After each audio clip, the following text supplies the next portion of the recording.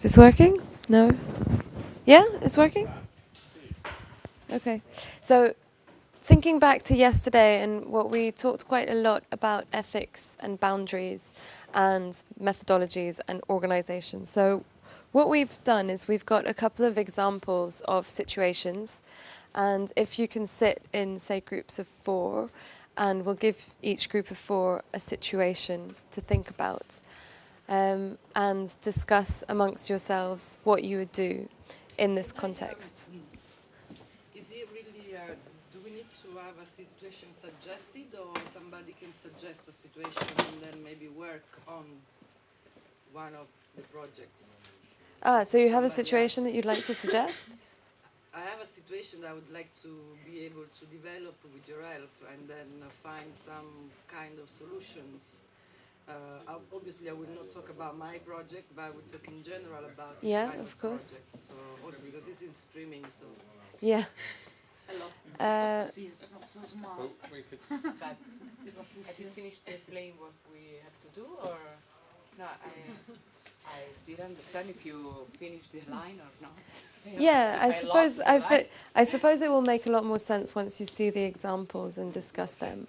Maybe what we'll do is we'll start by discussing these examples, and then then we'll feed back as a group in terms of the examples and the suggestions that you come up with as a group, and then maybe you can add in questions, in a generalized way about something you've been wondering about, maybe. Yeah. So you talk for 10 minutes about these, and then one of you or 2 of you present it to the rest of us and tell us what you think. And the lady has seen the examples, so if you need any help with translating, then she's there. For each one of these examples, imagine that it's a participatory project. So it would be interesting for you to imagine that this is something you're really working on, and to tell us a little bit about how you've developed it, so methodology-wise. We haven't put a lot of detail in terms of how long the project is or how often you meet the people that you're working with. So if you want to add those details, that would also be interesting. It's and a simulation. Yeah, But these are all completely. real examples of Not people. necessarily from our work, from work that we've heard of, or situations that have happened. They're not necessarily examples from participatory film. They might be examples from filmmaking contexts. But the main point of the exercise is to think about situations that might come up, and managing expectations, or managing groups, or managing your own expectations and relationships with the people that you work with. Okay? Yeah. Okay. So.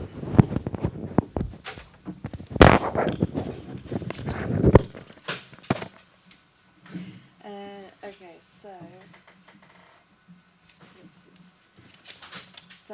why don't you 4 work together at the front, and you 4, and maybe you can join one of the groups. So I've got.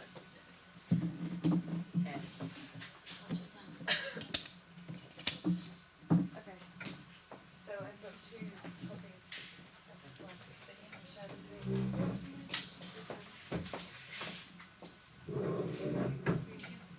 So if you all read it together and discuss it together.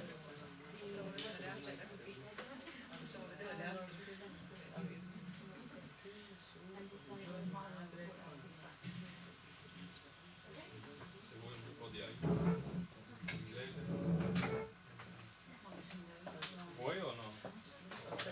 Per cominciare?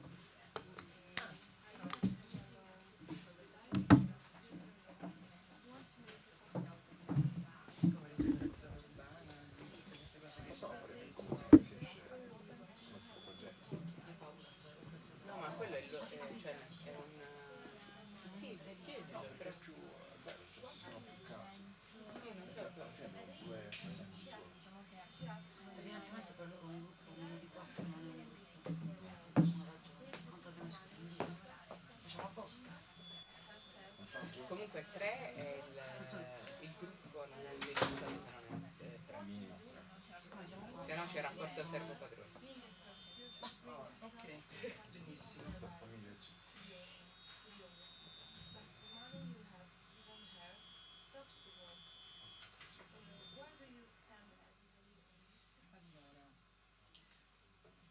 Allora, il nostro problema, è quell'ultimo, no? Cioè come convincere la... Sì. Innanzitutto abbiamo già filmato. Abbiamo già filmato.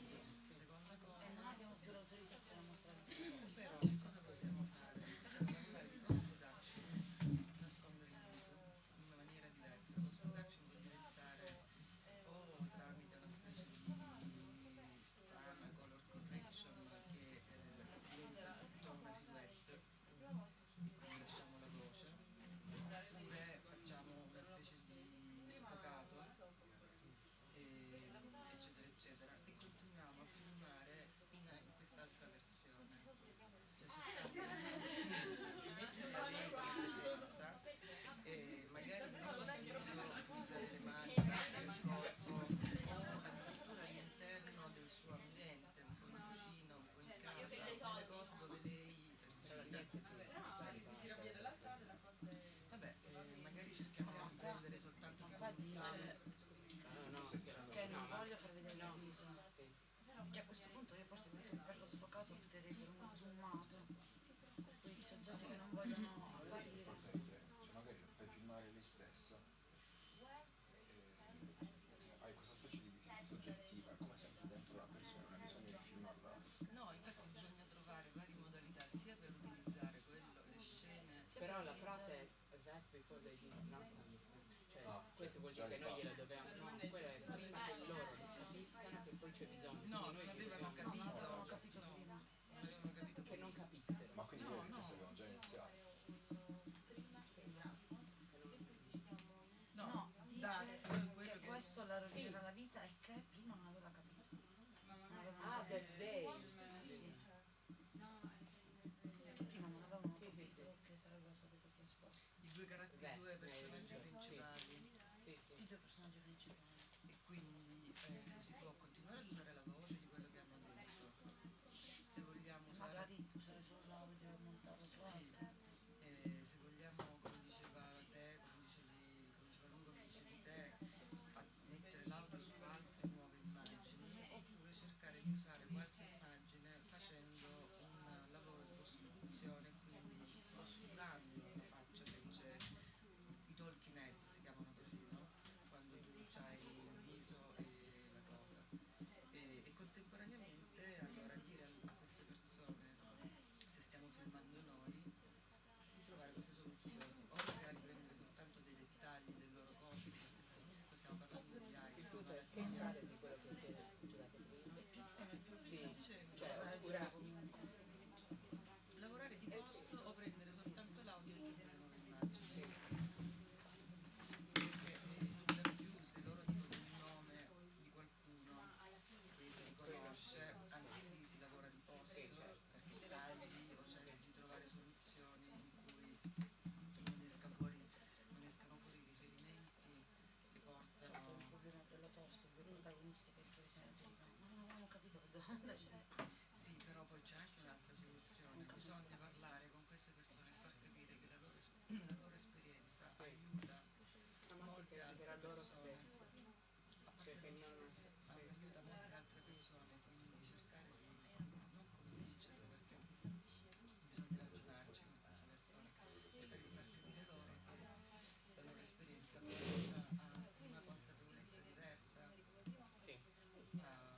persone che guarderanno poi questo documentario, che cos'è? Film. Non lo so, cosa dite voi?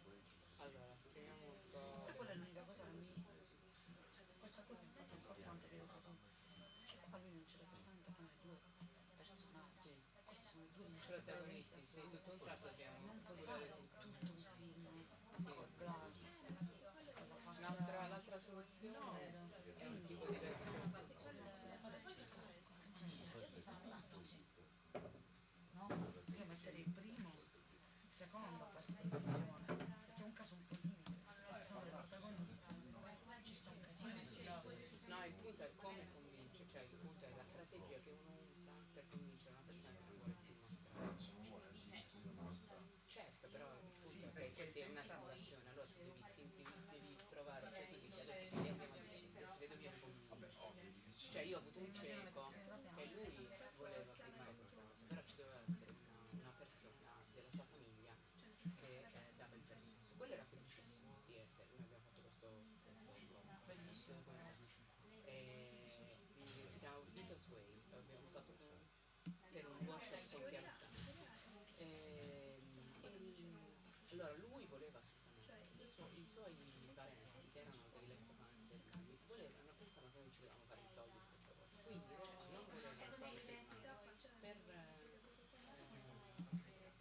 farlo perché volevano chiedere soldi e non volevano farci più mostrare la cosa neanche al teatro del paese. Peggio ancora. C'è un macello, perché avevamo la prima la sera. Ed era già tutto girato. Era già tutto girato e montato, doveva solo dirlo. Quindi questo, allora noi siamo andati a prendere quello della, ecco, per esempio questa cosa, noi non siamo passati più attraverso i parenti che abbiamo capito che non è possibile. Abbiamo preso quello dell'Unione Cechi, che era il suo accompagnatore, che era lui che poteva fare la garante quando lo firmava.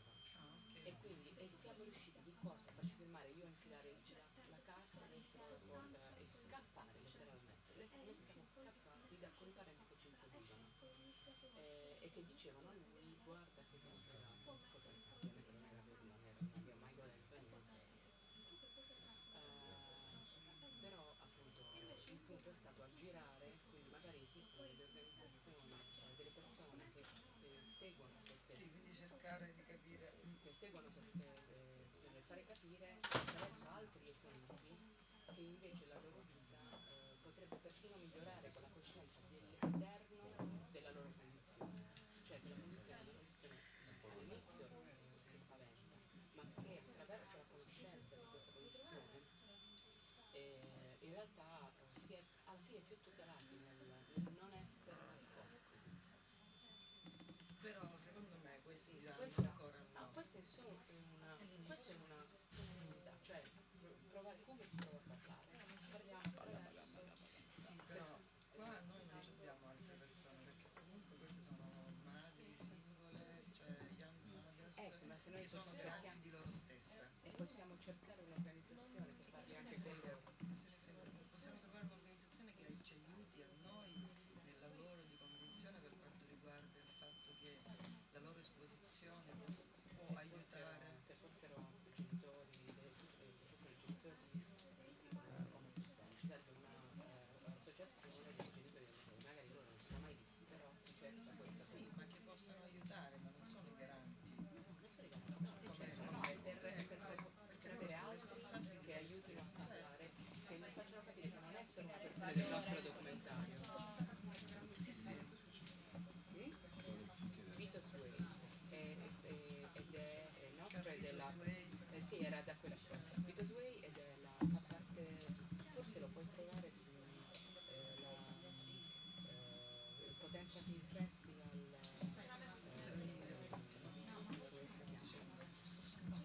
Noel and Production, che è una cosa Sorry?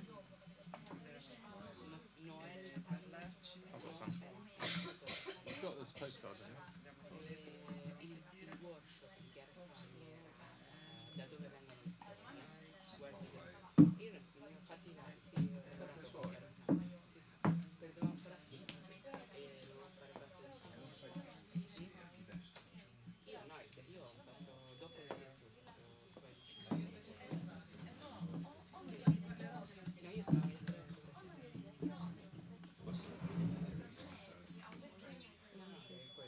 non ho mai fatto l'architetto, cioè ho fatto qualche cosa di Very nice.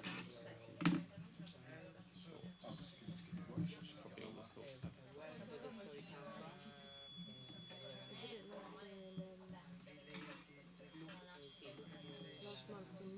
Potenza Film Festival era quello che Yeah, organizzava it's love that shit.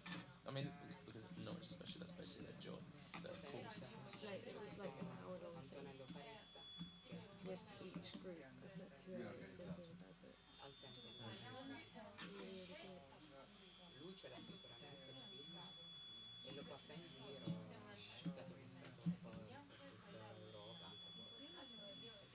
io ho fatto regia e produzione ripresa.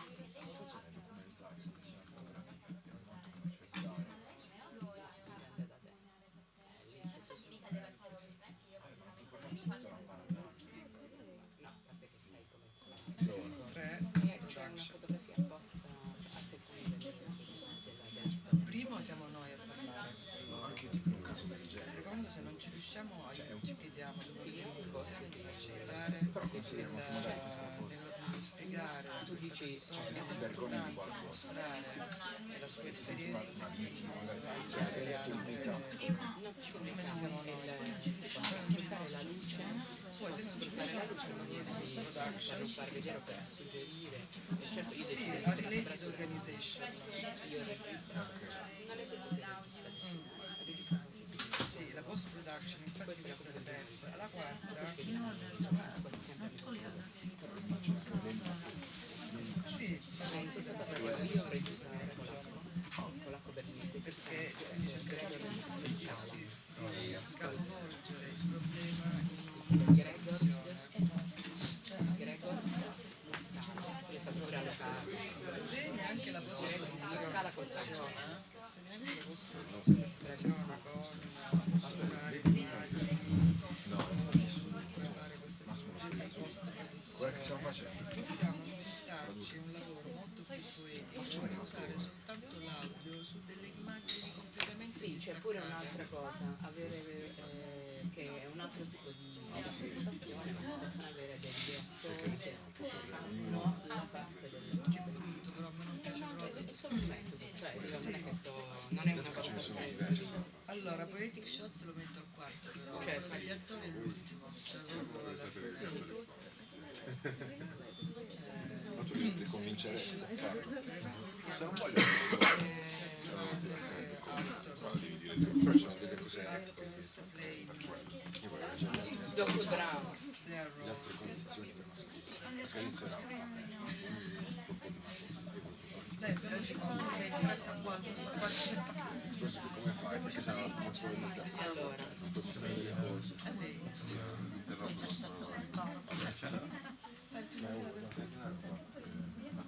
allora abbiamo detto organizzazione, sì, prima ci proviamo questo, organizzazione, parlare, Prima ci proviamo, poi cerchiamo di farle capire quanto è importante la sua Ma come? Se arriva a comprare, anche spieghiamo. gli altri. Più che altro se riesci a fare Poi se non ci riusciamo andiamo ad un'organizzazione che ha capacità maggiore. tramite.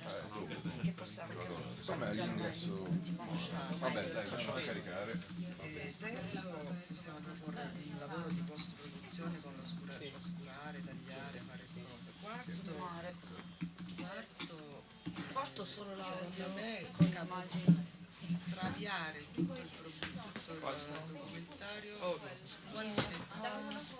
proprio cambiare tutto il documentario con Nella rappresentazione, con dettagli e con immagini suggerenti. suggestive, poetiche, eccetera, eccetera. Only audio on totally different. Kind of images. Però allora scusa, allora ci deve essere anche only audio su invece immagini che non è che sono completamente diverse, ma No, però voglio dire, sicuramente si prenderanno delle immagini legate ad un ospedale, ad una Tu malattia, dici ad un prima ago, con gli audio su tutto quello che si può mettere senza faccia.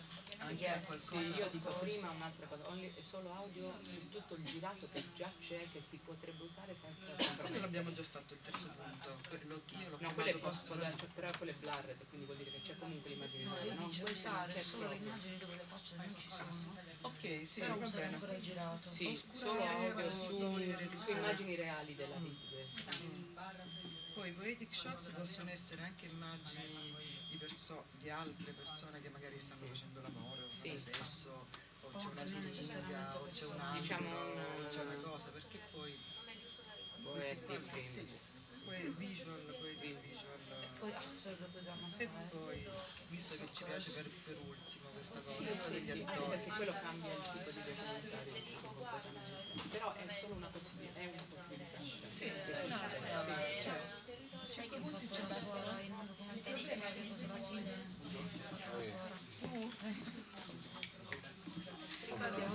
Lei faceva la direzione. Io l'unica che noi due, l'unica che della produzione. A un certo punto c'era uno che faceva il tempo. Abbiamo fatto Io il uscivo tempo da Sino, arrivavo loro. secondo te io posso prendere Sia proprio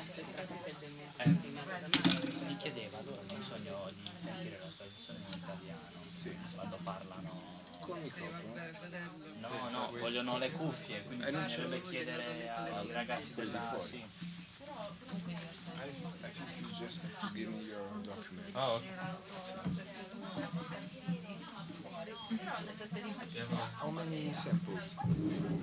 Ma noi quindi abbiamo capito veramente la domanda, abbiamo dato veramente le risposte, come ce le siamo inventate, siamo andati off the rails. Massimo, buongiorno. Improvise. I was thinking about something. I Oh, really? I want to propose that, but Riesce Well, a lavorare da 1 a 5 ore. the question really came up about subjects that you're currently working in, and Anche perché depending on loro whether you sono want to use it, loro so you can share this if it's not a problem that it's being streamed, Quindi in realtà il nostro che la or if you want to anonymize it, or you can use this as a starting point, and then when you feed back, say how it relates to Only something you're audio. thinking about. so we start from. It's also però in also post good produzione situation. Yeah, like this is just a random situation, but in some way it might feed into tu l'hai the prima di faccia, puoi anche ingrandire l'immagine. So they're the same. sì, diciamo che sì, ma che puoi ingrandire Cortesia lo dico a te. Ora Casomai devono... Sì, sì, già con la cartina, casomai devono intervenire. già Sempre con microfono, perché sennò Quale microfono? questo se no non sentono da casa, non sente neanche la traduttrice per poi tradurlo in inglese. Quindi sempre in sì. Ah sì, penso di sì. Yeah. Io volevo fare una cosa con gli altri associazioni. Però non ci offendiamo, vogliamo bene lo stesso. voglio risolvere anche io questi problemi. Lui ieri ci voleva più bene, oggi era. Non ho capito, una volta che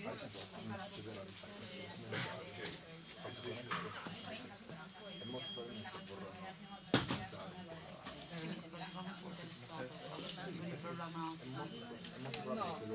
gli altri non mostrare, cioè già successo. Io provo a fare questo documentario. sono secondari character, sono chiamati. L'immagine non esiste e ci lascia solo la voce, che però quello Non è facile descrivere. ci metti le sue immagini Quello un altro, già il secondo no, esercizio c'è già successo. Lui ha già fatto nella vita reale l'esercizio ed è ancora traumatizzato. È ancora video nero. No, vabbè, noi immagini poetiche. devo dire che il video nero non è male. Però abbiamo fatto il video, Sì. Ma il video nero diventa pesante. No, certo, magari era quello Il monocromatico se vedere che germano ancora i canti. un bel blu. Vabbè, quello è il film di Derek Jarman. Esiste anche nero, fatto in portoghese. Sì, è vero. È vero, me Branca la... e Inglese. Che questo cosa... Mi ricordo solo che si fa per... Però non è tutto è molto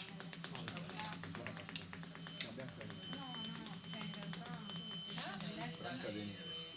Bianca Neves, ma non è uscito ancora, no? No, scusa, allora io mi sto confondendo con un nuovo film portoghese di Bianca Neves. Più vecchio. Stanno in fissa. Famiglia Derek Jarman. Branca. Che lo fanno Allora la prima è diventata... Vabbè, no, la prima è sempre parlarci. certo. Parlarci comunque rassicurato. Sì. Rassicurare, parlarci. Bisogna mettere il fatto che l'anno prossimo Poi abbiamo prima. l'associazione, Può proporre sempre ci siamo noi. Sì. può proporre una propria storia.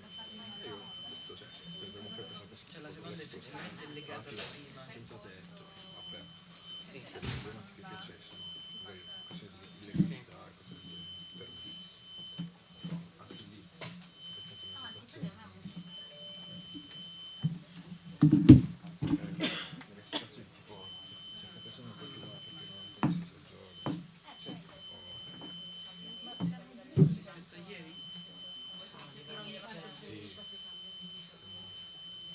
Allora, create contrast across external visual organization. Pronto? Pronto? No.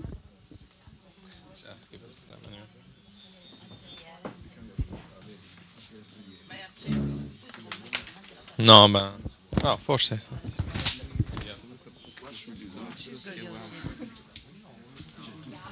Ok.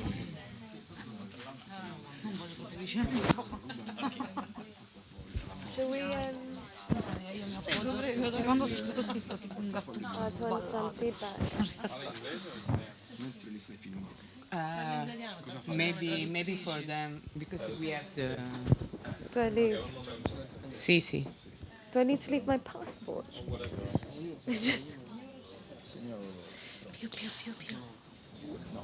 I leave my... I have to summarize the. Yes. Yes. Grazie. Can I get a headphone? I need to leave something. Adesso c'è. Che io traduco il mio inglese. Che al shot solo dobbiamo comunque stare attenti a togliere se ci sono dei nomi o delle cose specifiche che... No, mentre io dico. Sono anche d'accordo. Cioè, certo, forte, no, Però a un certo punto del film, due protagonisti principali.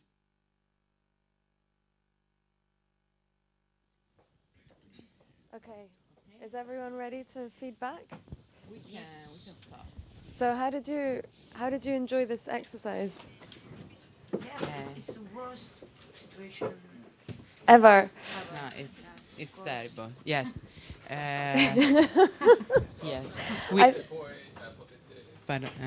So Allora, la nostra situazione è questa. Noi stiamo filmando appunto un film di partecipazione con giovani madri con l'AIDS.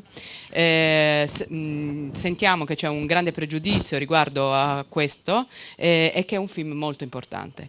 Le madri fanno filmare le loro vite e sono d'accordo di essere in camera e noi stiamo filmando.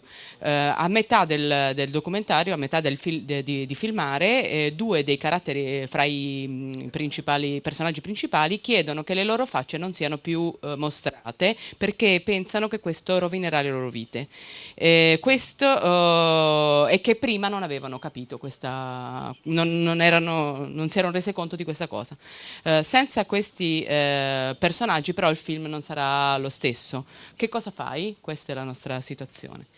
Allora, noi abbiamo pensato che la prima cosa è comunque convincerle, cioè tentare di parlare loro, e la cosa che ci era venuta in mente è che potevamo spiegare loro che questa è una loro impressione, che solo all'inizio questo potrebbe costituire un problema, mostrarsi rispetto agli altri, ma che poi anche a livello proprio delle loro vite il fatto che gli altri sappiano che loro hanno questo problema potrebbe diventare una questione di sicurezza, cioè che la coscienza degli altri non solo che loro saranno un esempio, ma che la coscienza degli altri del loro problema potrebbe aiutarle in situazioni anche di pericolo per la loro stessa per la loro salute, per la loro vita.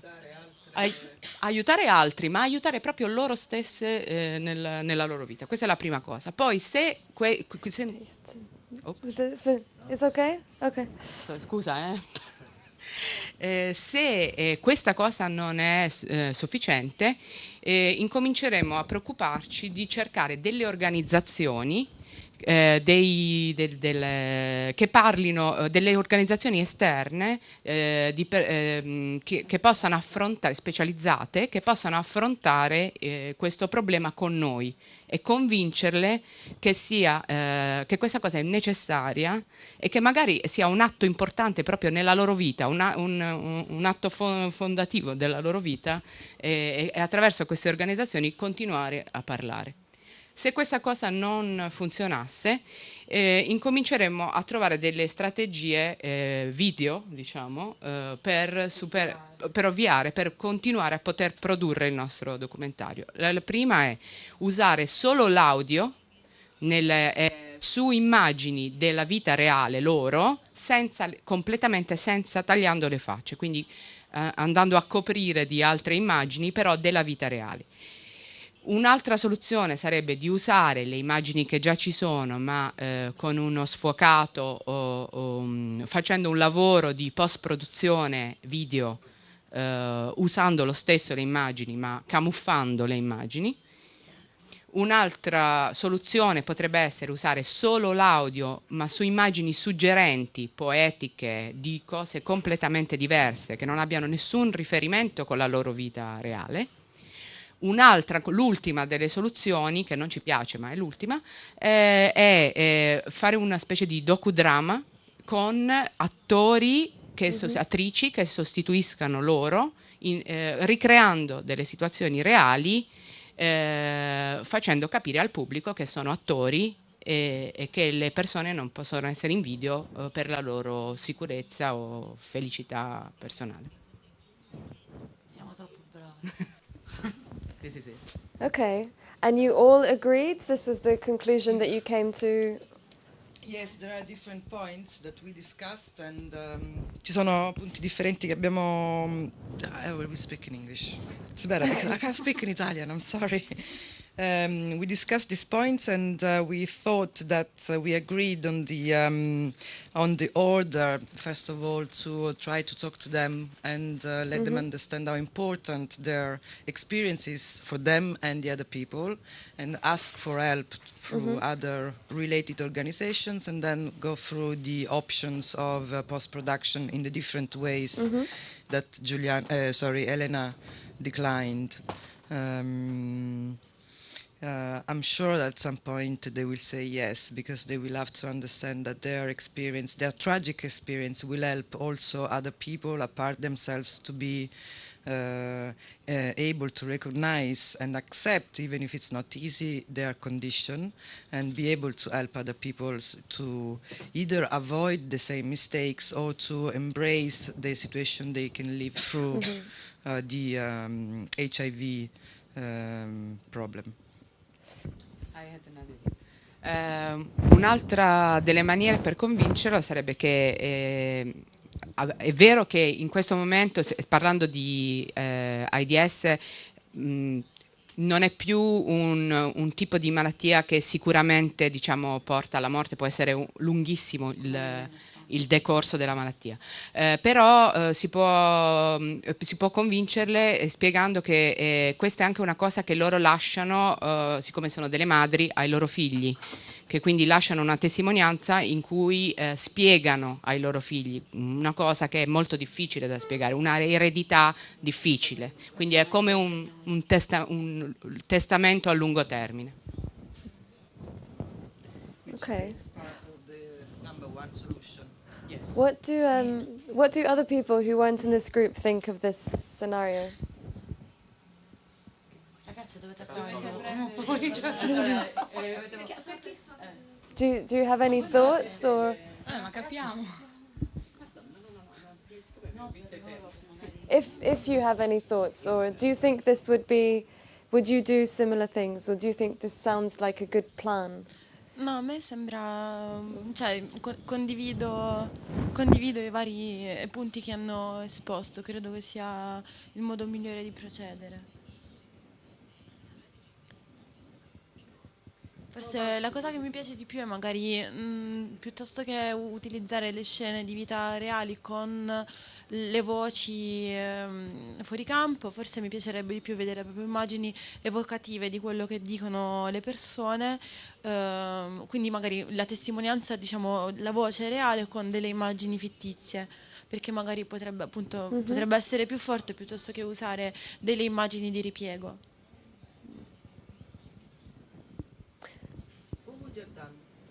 So, I mean, that's a good point in a sense. I think a lot of times if you see someone on screen, maybe you focus too much on visual and you're not necessarily listening, so that's a good other suggestion as well. Well, Yes, we had. as part of the... Yes. Yes, I thought just said it. I prefer. That's, it was just reiterating that was a good point. I had a question for you.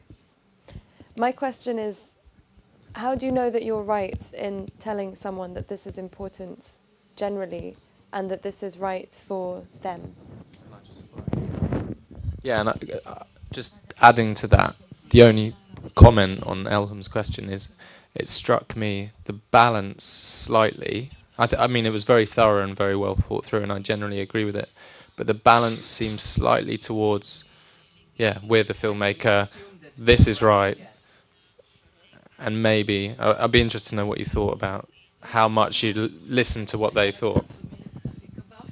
Okay. So now, I presume I will analyze this kind of issue before starting.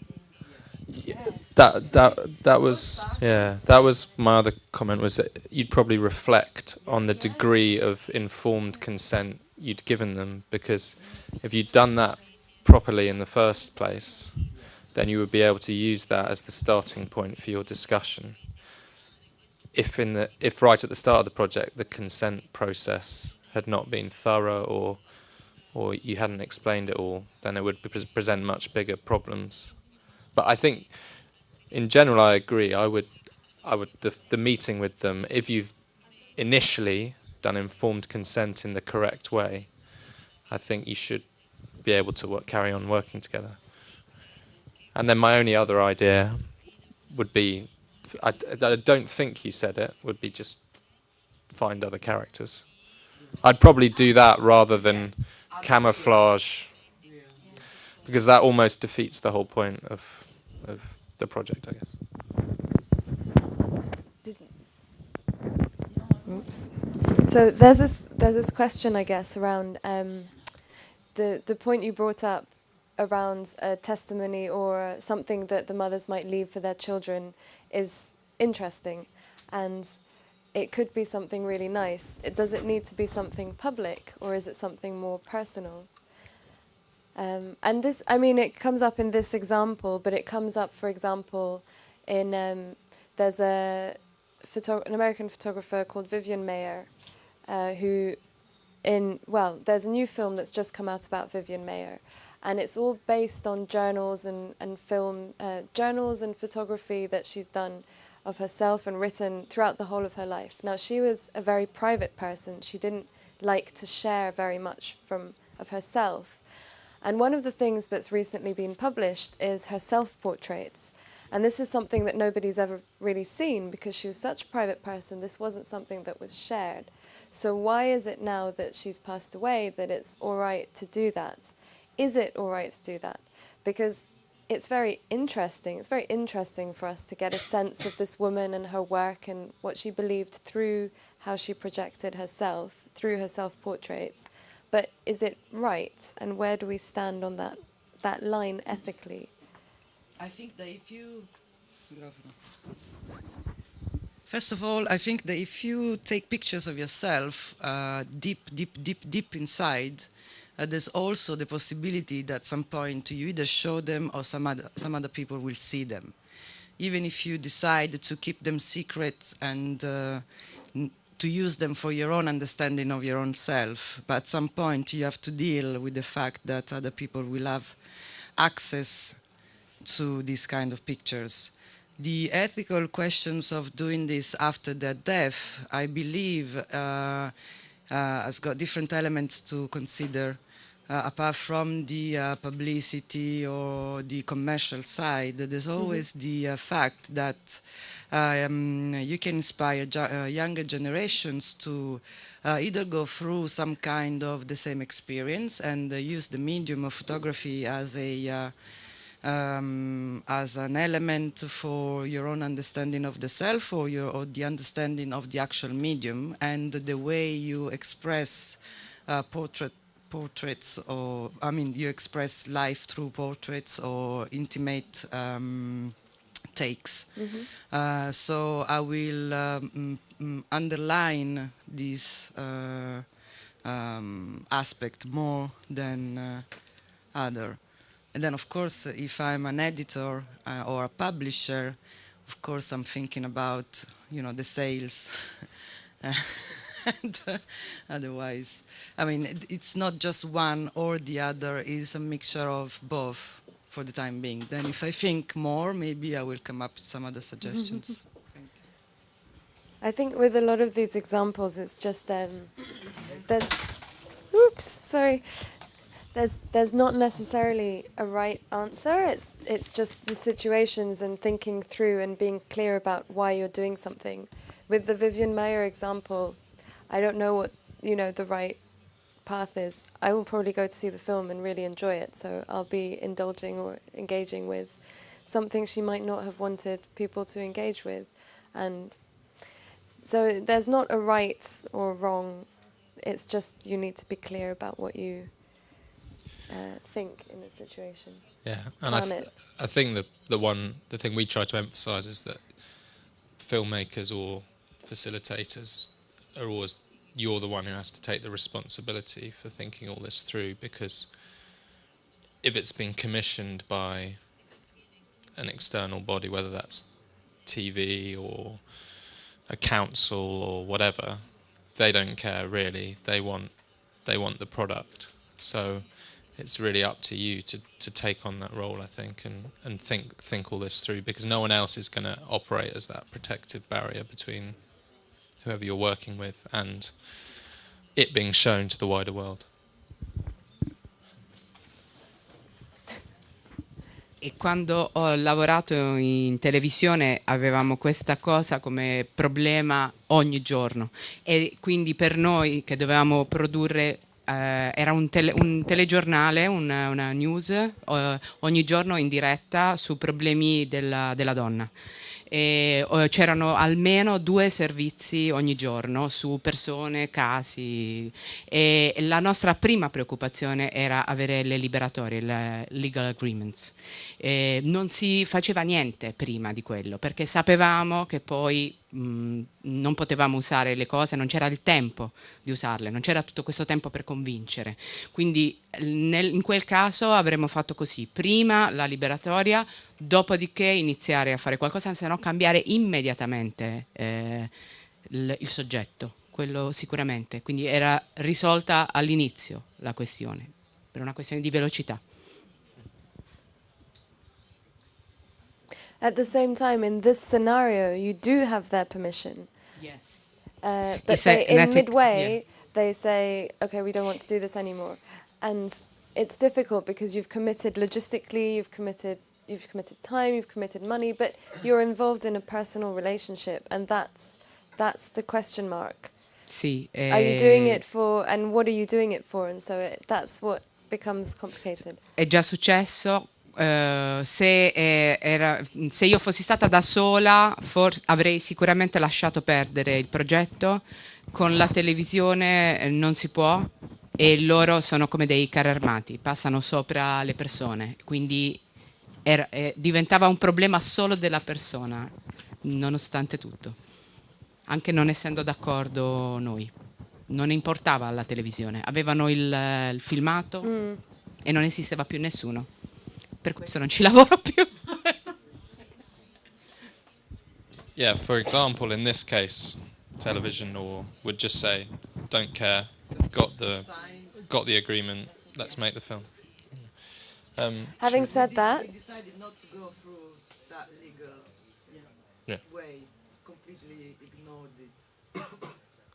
Yeah, but it exists. Yeah. except that if someone calls up a TV station and says, that film that you just showed puts my life in danger, then they're also in trouble. And they have to take that very seriously. But the problem is that it will be your problem. Yeah, the filmmaker, not the TV. Yeah. So mainly your problem. Yeah, so what about the second group?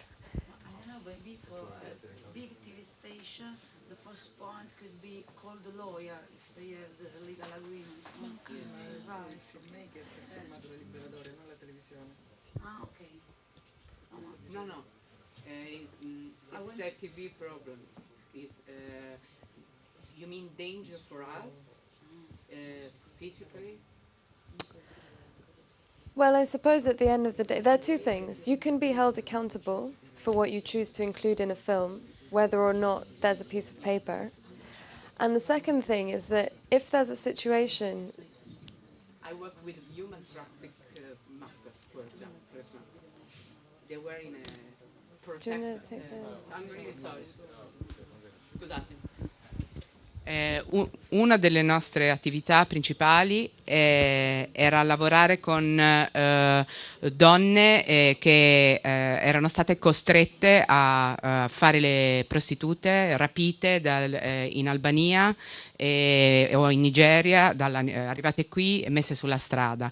E noi c'era un'organizzazione che lavorava assieme alla televisione, diciamo comunque al programma televisivo, che ci dava l'accesso a queste persone nelle case protette. E quindi ed era molto pericoloso sia quando andavamo sulla strada, che non erano ancora entrate nelle case protette, sia quando andavamo nelle case protette. Certamente non le mostravamo moltissimo. Il problema era se si capiva dove era la casa protetta, perché lì c'erano tutti questi malviventi che tentavano di riportarle sulla strada, e sì, poteva essere un problema anche per noi, però la cosa principale era per la televisione, non era direttamente per noi. Non è successo. Se l'organizzazione o loro non volevano più apparire e appunto la televisione voleva continuare a mostrare le cose, e dicevano di parlare con l'avvocato. In 2 anni e mezzo di questo lavoro, ogni giorno, non è mai stato un problema direttamente per noi, anche se la nostra redazione era molto piccola, quindi potevamo essere individuate facilmente come persone. Però se ne occupava sempre la televisione. Era più un nostro problema con la televisione, potevamo essere licenziati se non mandavamo il servizio.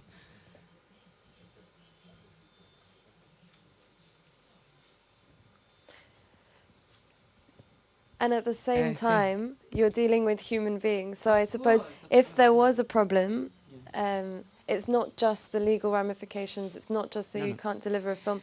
At the end of the day, if someone tells you that, you know, you've hurt them or that you've ruined something, that's also something. It's not to negotiate, but it's something. No, io faccio sparire direttamente le cassette. I got rid of the tape straight away. Yes, absolutely. But I did it. Yeah, so that's the. No, ma stai andando in streaming. And just another point about the example of using actors to act out. There's a situation that I've worked with. Well, not directly worked with, but have seen that people that I have worked with in the past have been. Whose words have been used to write a script with. And this script was incredibly close to actually who they were and what their experiences were, and it didn't feel like there was any leap of imagination to try to stop them from being identified. And that's also a question mark. That's not really casting, that's not really rewriting or casting new characters to try to protect people. That's just using their stories. So there's always a balance. So shall we hear from the next group, you guys? Can you summarize your scenario and then talk through the points? Allora, noi avevamo un incredibile accesso alla vita di una prostituta a Roma. Vogliamo fare un progetto di video partecipativo con lei.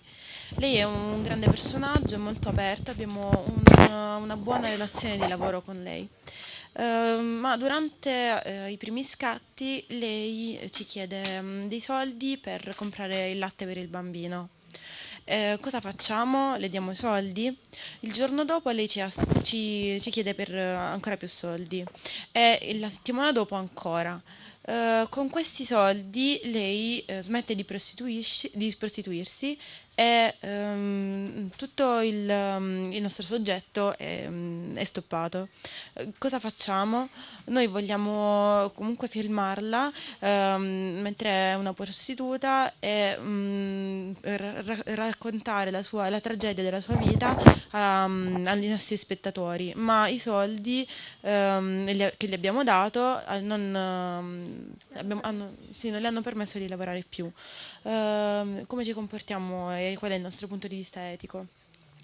Dunque, la prima domanda che ci siamo poste è quanti soldi abbiamo per effettivamente aiutarla così tanto e poi farla smettere di lavorare. Insomma, in realtà il focus principale è sulla relazione che abbiamo con lei, su che tipo di rapporto c'è. Comunque più o meno tutte quante eravamo d'accordo sul fatto che per quanto possa essere difficile dire di no a un aiuto così piccolo come può essere quello della spesa per un po' di latte per il bambino, dobbiamo stabilire dall'inizio il tipo di relazione che abbiamo con la persona e quindi stabilire sin dall'inizio che non ci sarà un rapporto economico. E quindi per quanto possa essere difficile negare anche quel piccolo aiuto. Piuttosto abbiamo pensato a soluzioni alternative come possono essere quelle di indirizzarla a delle istituzioni o comunque degli enti che si occupano di questo, quindi che possono darle aiuto in questo senso. Siccome però poi alla fine il problema ci diceva che l'avevamo aiutata e quindi l'avevamo tolta dalla strada e quindi era cambiato totalmente il nostro soggetto. Nell'ipotesi che possa essersi verificata questa cosa, si era pensato anche alla possibilità di raccontare questo e quindi appunto sempre in base alla relazione che abbiamo instaurato con lei e se siamo coscienti che effettivamente c'è stato un cambiamento da parte sua, raccontare questo. Ho detto tutto?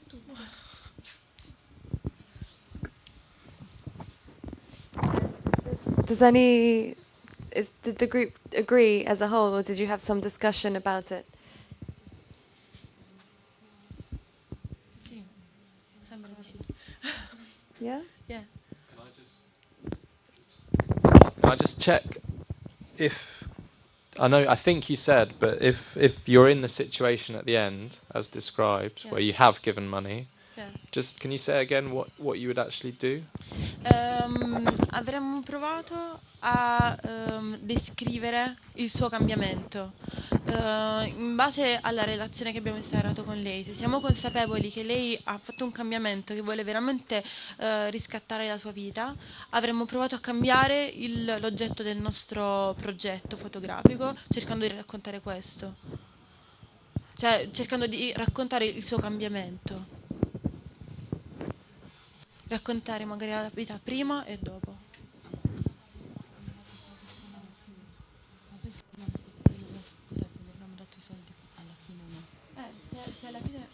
Non so se ho capito la domanda. So you would make the fact that she's making this change part of the film.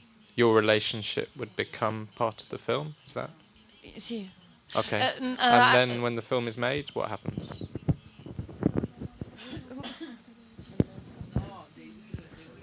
Sì. She goes through the fact that she's They'll make making it. some money, she's sort of changing her lifestyle, so they will portray the fact that. But that's Within the film, they'd make the film reflect it. Programma fotografico. no. So the filmmaker has to be in the filmmaker. Oh, okay. So Has to be in that. so You're the one giving the money. I'm just so if the film becomes about the change, then it also includes the filmmaker in the film, That's hypothetical. right? Yes, but here we are talking about a photography project. Oh, okay. So photography. Does this include the photographer? Forse sì. Non necessariamente, in realtà. But the hand of the facilitator photographer, I guess. Sì, in realtà non ci siamo confrontati direttamente su questo aspetto, però non credo che nessuna aveva pensato di includere cioè il facilitatore o comunque il videomaker.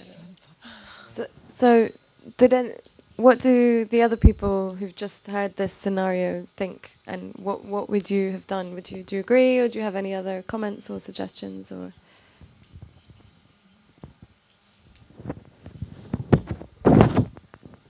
I mean, I think in general, it sounds right to me. The cut-off point is right at the start, isn't it? To not let the relationship go that much further. And I mean, actually, Jamie, the person we work with, has a different opinion on this. I think having money involved is always very dangerous in projects. And if you are going to provide support, it should be in kind. So, as you said, I think trying to suggest that you might put them in touch with institutions or accompany them, but there's a boundary question. But Even if it's very difficult, because it's very cheap milk for the baby, and also it's a necessity. Yeah, I mean, if you're in an emergency situation and it's a one-off, and you explain that very carefully, then perhaps, I guess. So maybe the cut-off point is the second time she asks.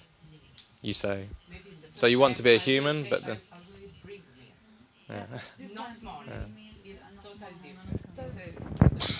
different. Well, I guess I have several comments about. If you bring milk and not money, if someone asks you for money, is that a trust question?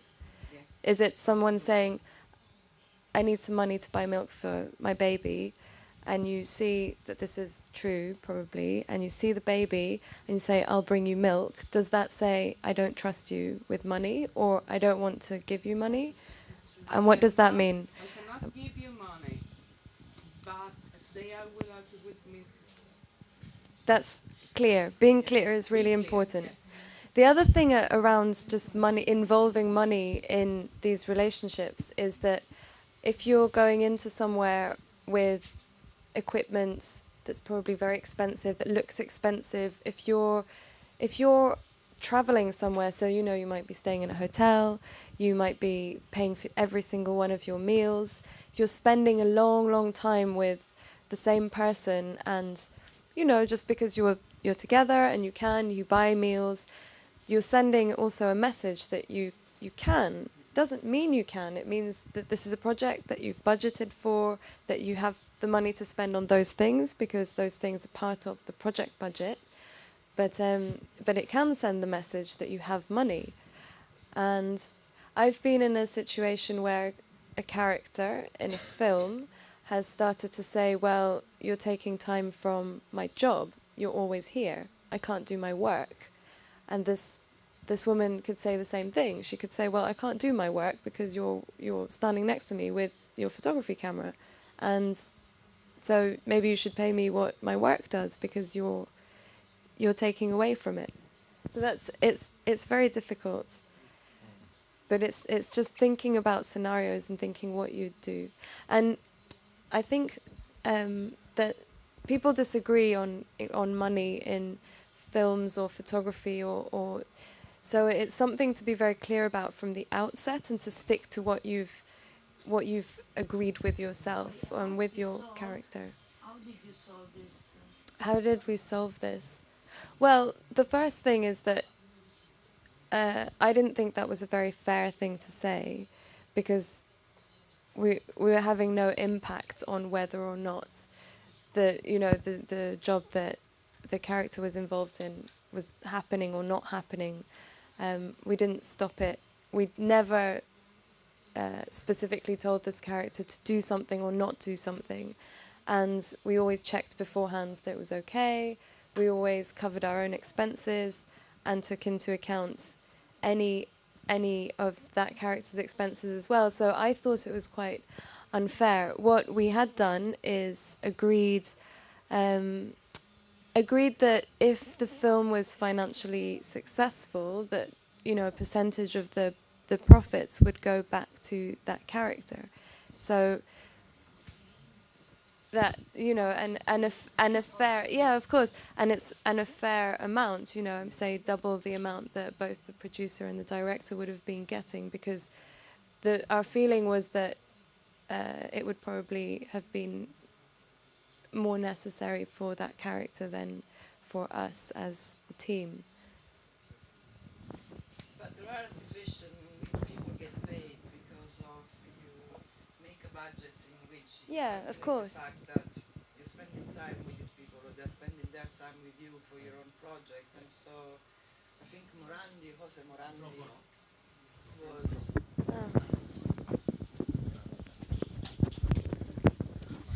There are situations in which you actually calculate the budget for them people that you're shooting, and so it's fair to think that you need to pay their time or to pay them for their time for your own project. So Yeah, of course. it's how you set it at the beginnings, as you said. So the fact that at some point in the middle of the shooting they start asking for money, then then you have to think through and try to understand how to solve the situation in an ethical way. Obviously, you need to talk to these people and let them understand a few things, or try, as they did, try some outside help. But then again, I think the beginning of the filming is quite important in order to be straight and decide what your path is going to be. I think always including a budget line for contributors to a film is important, because you don't know what situations might come up. And by situations, I don't mean that someone will ask you.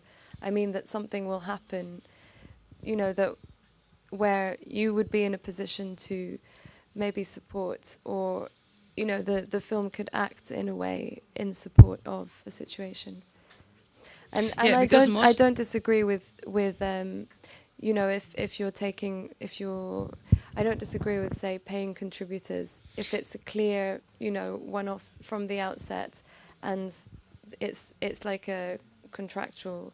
Yeah, me neither. I don't disagree with that. In fact, I mean, I think we are used to the very bad idea that we don't have to pay people in general, especially contributors, because they're going to be on films anyway. And so that's already a reward for them. But hello, they're part of the filmmaking process and of the project, which makes your project valuable. So like the editor or the runner or whatever professional figure within the filmmaking process, then the contributors need to be paid as well, apart from, it depends on the kind of film this is going to be, apart from the glory or the sort of not glory. Well, I mean, it is. Well, if we're talking documentary, it's not glory, but it's experience they're sharing, and the fact that anyway they're going to be on TV or on festivals. And there's also the idea that people, in general, people think that be on TV is something, such a great thing, so they can be easily manipulated into accepting.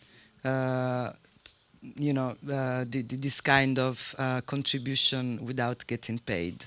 At least in Italy works still like that. I mean, also for different other professional figures, I'm afraid. So, well, I suppose there are a couple of points maybe. Just so the whole technical side of a crew is doing a job, but the people that you're working with in front of the camera, if it's their job to be there and you're working on something participatory or documentary, then it's not quite the same thing. You might pay actors. Do you pay people who aren't actors and who are there representing I think themselves it and their depends stories? also on how important these people are going to be for the project, the film you're shooting, because without them, if they are the main characters, you have to think about it, because without them, at the beginning you have to think about it, because without them, otherwise the film doesn't exist.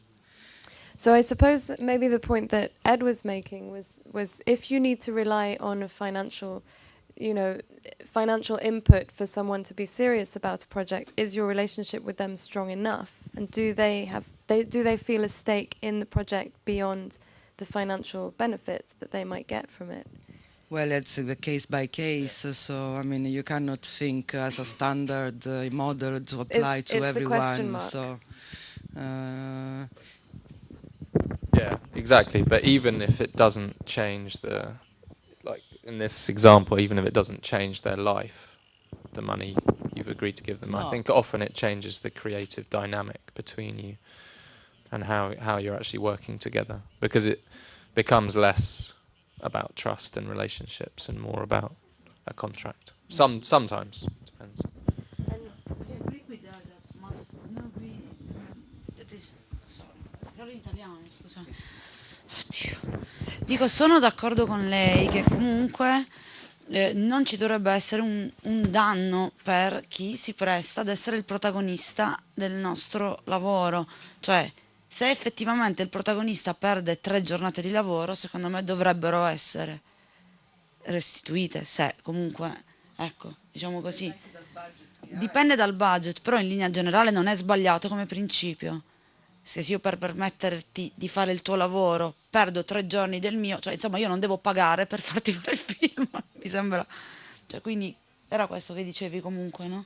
Vabbè, in Italia qua non paghiamo neanche i professori universitari, quindi non è un problema. Però diciamo in generale da un punto di vista etico, effettivamente se c'è effettivamente un danno economico per cui il protagonista ci rimette in denaro, beh, che vada in passivo è antietico in una maniera, insomma, secondo me, poi non lo so. Era questo che dicevi un po'. Anche. Obviously, you go.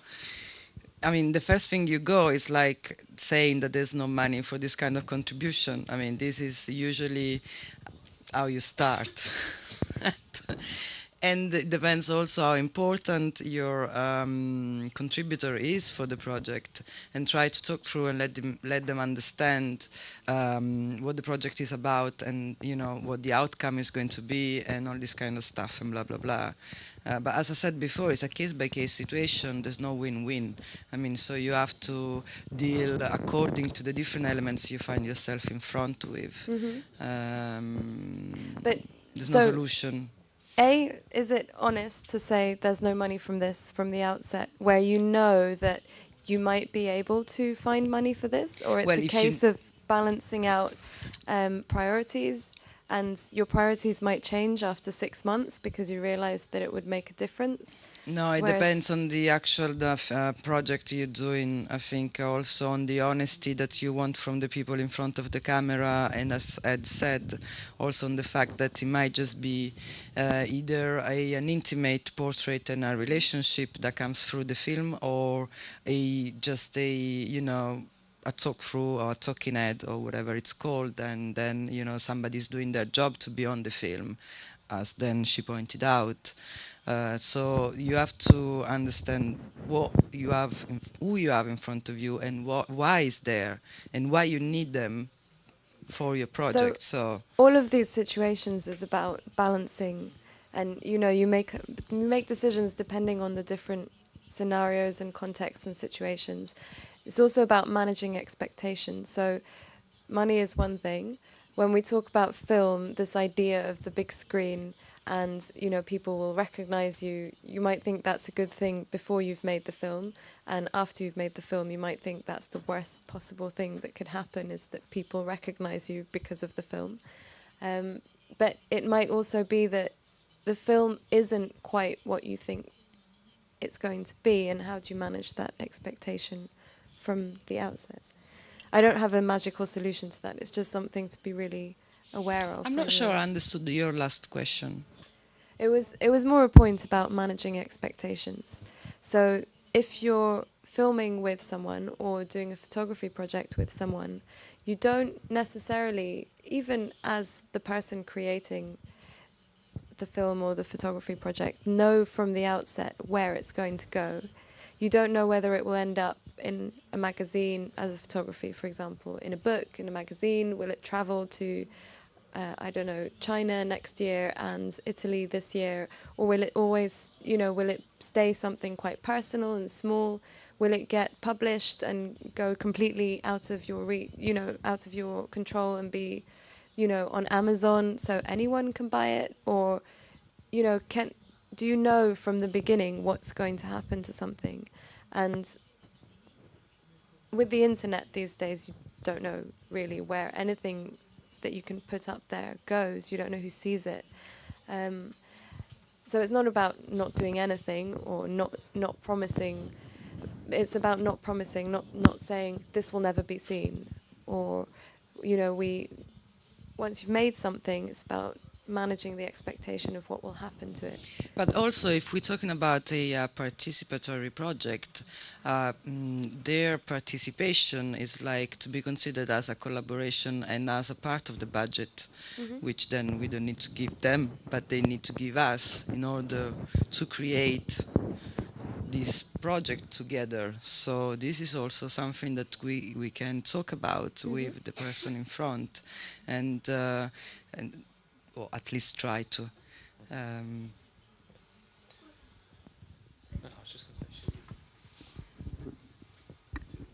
No, io penso che comunque la situazione da cui siamo partiti era un po' diversa, cioè nel senso che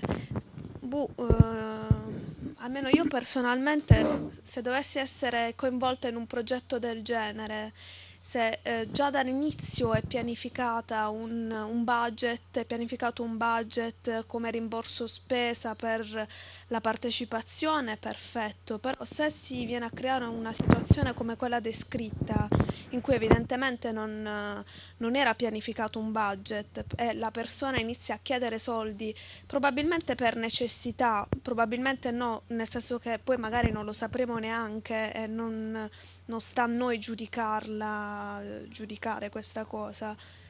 Secondo me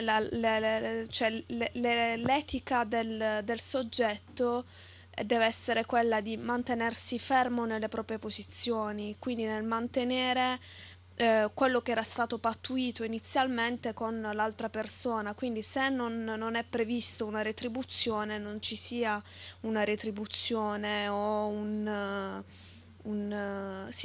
qualsiasi tipo di aiuto. Magari poi a progetto concluso ci può essere un venirsi incontro, perché comunque è tutto un gioco di relazione che si crea, Sì, però ma non... stava discutendo un po' più ampiamente partendo da questo esempio e comunque poi divagando un attimino, divagando su altri punti o su altre...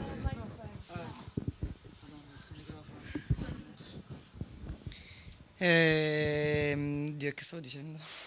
Sì, che si è partiti dall'esempio e poi insomma abbiamo un attimino esplorato altre situazioni, quindi non ci siamo più fermati sull'esempio specifico di cui avevamo discusso all'inizio. Però il problema principale secondo me non è il fatto di rimanere su la specie di contratto iniziale, perché cioè tu inizi ad avere una relazione personale, non più professionale e basta, con la persona che stai filmando. Quindi là diventa un problema tuo, non di produzione, quindi non di budget.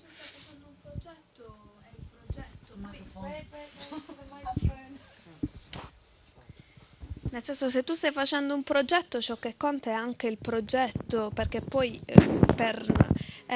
poi tu puoi anche stabilire una relazione con la persona, però la coltivi anche successivamente o non in quei luoghi deputati per il progetto. Così specificatamente...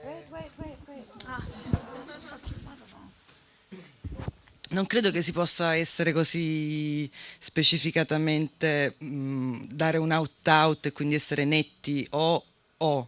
Per questo si parlava prima, no? Dipende da qualsiasi situazione, da qualsiasi progetto. Ogni progetto ha una sua declinazione, un tuo apporto diverso nella relazione personale oltre che professionale. Quindi per questo dicevo, non c'è proprio una soluzione specifica, si può pensare a tutte queste possibilità e poi sta al momento capire qual è la situazione la soluzione da intraprendere, che non è poi magari quella giusta rimaniamo sempre un po' appesi, no? Non sappiamo mai effettivamente se va bene fare in un modo o l'altro, è normale che ognuno tira acqua al suo mulino così, però non ti sto dicendo che hai torto, che io ho ragione o che io ho torto e che tu hai ragione, si sta discutendo in generale di come approcciare situazioni un po' delicate sotto questo punto di vista. Sinceramente io non lo so, perché mi sono trovata in alcune situazioni, ho fatto in un modo, poi magari dopo qualche mese mi è venuto un dubbio, ho detto Dio, sicuramente ho sbagliato lì. Poi magari se mi trovo in altre situazioni un po' delicate cercherò di riflettere maggiormente avendo avuto un po' più di esperienza e quindi anche esperienza anche nel avere a che fare con determinati tipi di persone, tipo di persone, aiuto. Ecco perché voglio parlare in inglese. So, just just before, I was also going to say that teams might not agree on the right thing to do or on what to do. Sometimes you're working alone, but sometimes you're working with a group of people, and so that's also another relationship to just be aware of, that within a team you can't be communicating different messages. So, if, for example, you two were working with the same person and had differing ideas over what to do, that's not something that should enter the relationship with the person in the film or the photography project, because that's another layer that's going to be very complicated and send a lot of very complicated messages. And the only other thing I was going to add is just on a much less serious scale than this example, but quite often when we're facilitating groups who are working on their first participatory projects, and we're, for example, filming in a cafe, then it's something we quite often have to remind them. They'll bring their own sandwiches, and they'll be taking up a lot of the cafe, filming, taking up space, and they won't even buy anything in the cafe. So something as simple as that, I think, will make relationships a lot easier, and it's something we often have to remind people of. So get your sandwiches and your cups of tea from the cafe rather than... So it goes from the really serious like this to even just small gestures, I think, can help the process work. Riguardo le cose che potrebbero succedere, io penso che prima noi dobbiamo chiarire con noi stessi tutti i possibili scenari.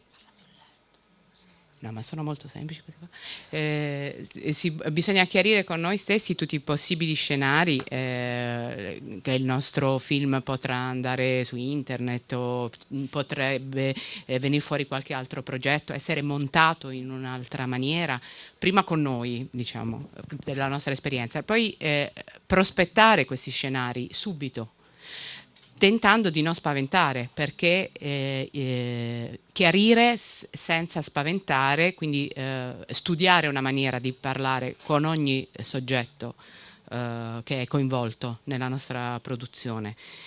Sicuramente è meglio essere chiari. Per esempio, spesso noi diciamo le prime cose sono i festival, ci sarà internet, ci saranno i festival a cui presenteremo questo documentario, chiarire anche un po' la nostra situazione economica, come funziona. C'è una produzione, sono loro che decidono, quindi spesso noi diamo la colpa di molte decisioni a una entità che i nostri personaggi non conoscono, con cui non hanno quasi nessuna relazione, che è questa fantomatica produzione.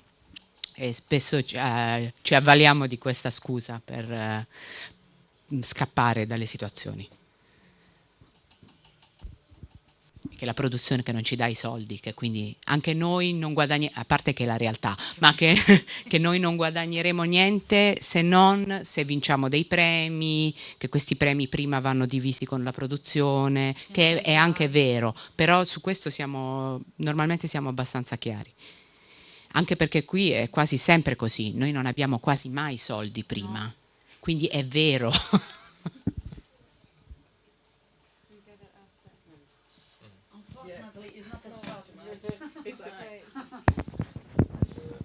Well, then there's the opportunity to get some money afterwards, maybe, and be paid for your work, maybe. That's nice.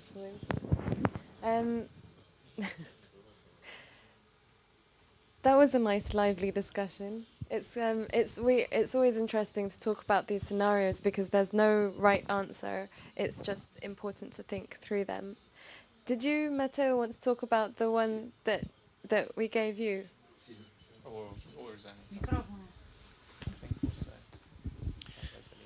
Allora, noi non siamo ancora riusciti a definire,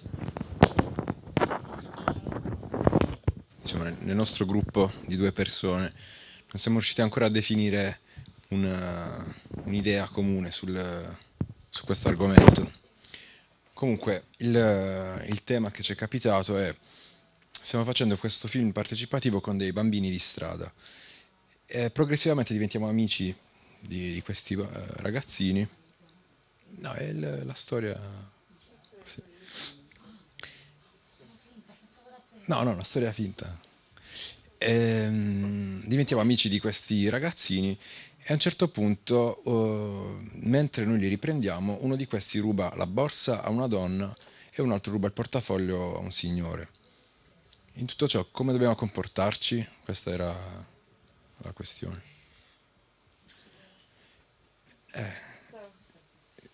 Torna il tema del confine che c'è tra noi e il nostro soggetto, che è la cosa che dicevamo ieri, del limite. Perché c'è questa questione dell'amicizia. In questo caso è abbastanza relativa anche perché siamo a distanza, siamo adulti e loro sono bambini. Comunque ci interessa tutelare queste persone. Però la cosa è difficile, perché da una parte sei tenuto qua, almeno per me, sei tenuto a rappresentare la realtà, però dall'altro punto di vista li stai non so come dire, li stai quasi condannando pubblicamente, come si può dire. E quindi, insomma, però magari se tu vuoi raccontare le tue esperienze, cioè con cose che sono successe. Vabbè. Il discorso è che effettivamente l'amicizia diventa, cioè in questo esercizio era sottolineato, siamo diventati amici. Quindi nel momento in cui siamo amici, io probabilmente fermerei il ragazzino dal rubare una borsa e il portafoglio, perché c'è un discorso di amicizia. In questo caso c'era l'amicizia, quindi io lo fermerei. Però lui l'ha già fatto. Però lui l'ha già fatto. Io l'ho già fatto. No, io vorrei. A me è capitato di lavorare con una scuola con ragazzini di 12-13 anni nella città vecchia. Ed è capitato che questo ragazzino, che era il mio protagonista, quindi anche rispetto all'altro esercizio, ha scelto poi di non essere più ripreso. Quello che è successo poi è che lui è stato coinvolto in fase di montaggio. Quindi era con me in montaggio tutti i giorni ed era diventato anche bravo, cioè mi dava gli stacchi, mi sceglieva la musica e a un certo punto mi portò in un posto, in questo palazzotto, dove c'erano una trentina di biciclette rubate. E disse fai le riprese, questo lo mettiamo nel documentario. A quel punto è nato questa problematica, se le immagini possono essere utilizzate o meno. Quindi la discussione fu basata sul ok, tu ci sei nel documentario o no?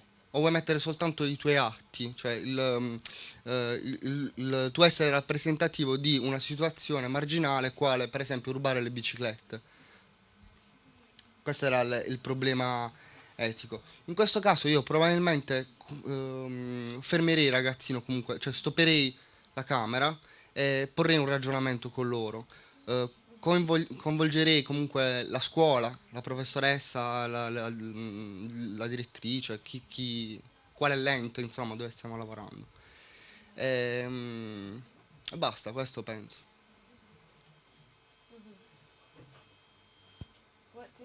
Se non ci fosse questo rapporto di amicizia, cioè se io vado il primo giorno e loro fanno questa cosa, io probabilmente ci ragionerei in maniera diversa. maniera anche un po' cinica questo tipo di discorso, però se io non ti conosco stiamo facendo un film partecipato dove tu in qualche modo sei l'artefice di quelle che saranno le immagini, quello che è il messaggio, perché soprattutto alla base dobbiamo capire chi sarà il fruitore di questo video e che cosa vogliamo trasmettere, il discorso che facevamo prima. Quindi probabilmente se non ci dovessimo conoscere ed è il primo giorno con te e questo è il tuo film e c'è un discorso sull'identità e in qualche modo tu vuoi rappresentarti per quello che sei, probabilmente lo farebbe anche in maniera spettacolarizzata, no? Cioè esibizionismo, io rubo perché voglio farti vedere quanto sono un ragazzino, probabilmente tenderebbe ad approcciare così a questo tipo di situazione.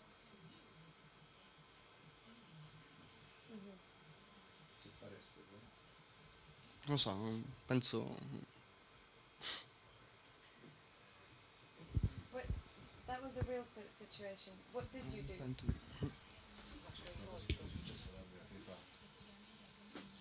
No, non ho capito. Cioè, con la storia delle biciclette. Nella storia delle biciclette? Non ho capito. Che hai fatto tu? Che cosa ho fatto? Nulla. Cioè, ho parlato con questo ragazzo. Sì, questo ragazzino è un figlio di una persona importante nella città. E quindi io fino a un certo punto potevo fare qualcosa per lui. Cioè, nel momento in cui si è formati in questo modo, si è avuto un percorso educativo di questo tipo, io in quanto facilitatore, fino a un certo punto posso intervenire. Ma l'hai fatto il documentario? No, le immagini io dentro a questa stanza con le biciclette ce le ho. Ce le ho, però io non le ho usate. Io non le ho usate. No. Perché lui mi aveva detto che lui non voleva far parte del documentario, voleva mettere solo le biciclette.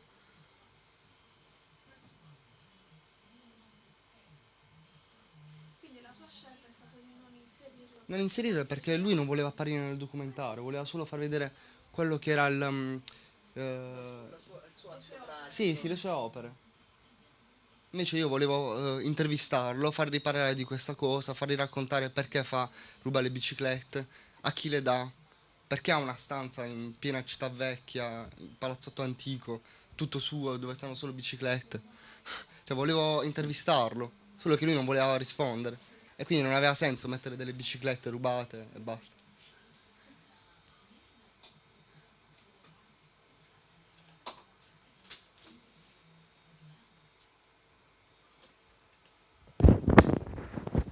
It's really interesting that he chose to show you the bicycles in the first place.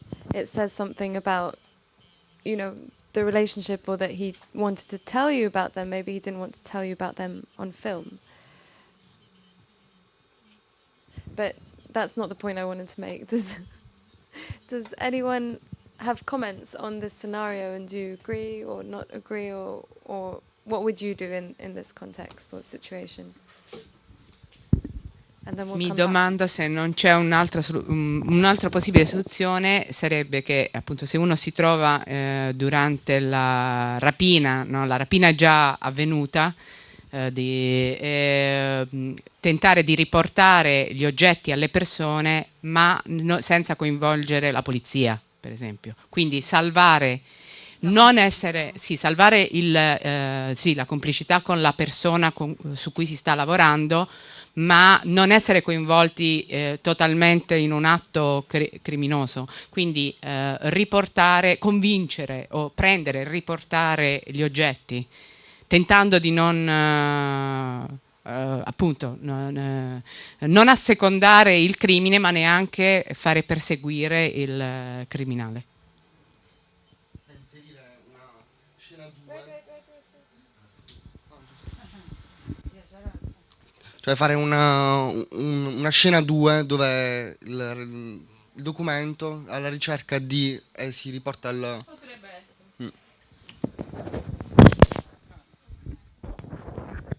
Io ho una domanda. A voi è capitato di... Okay.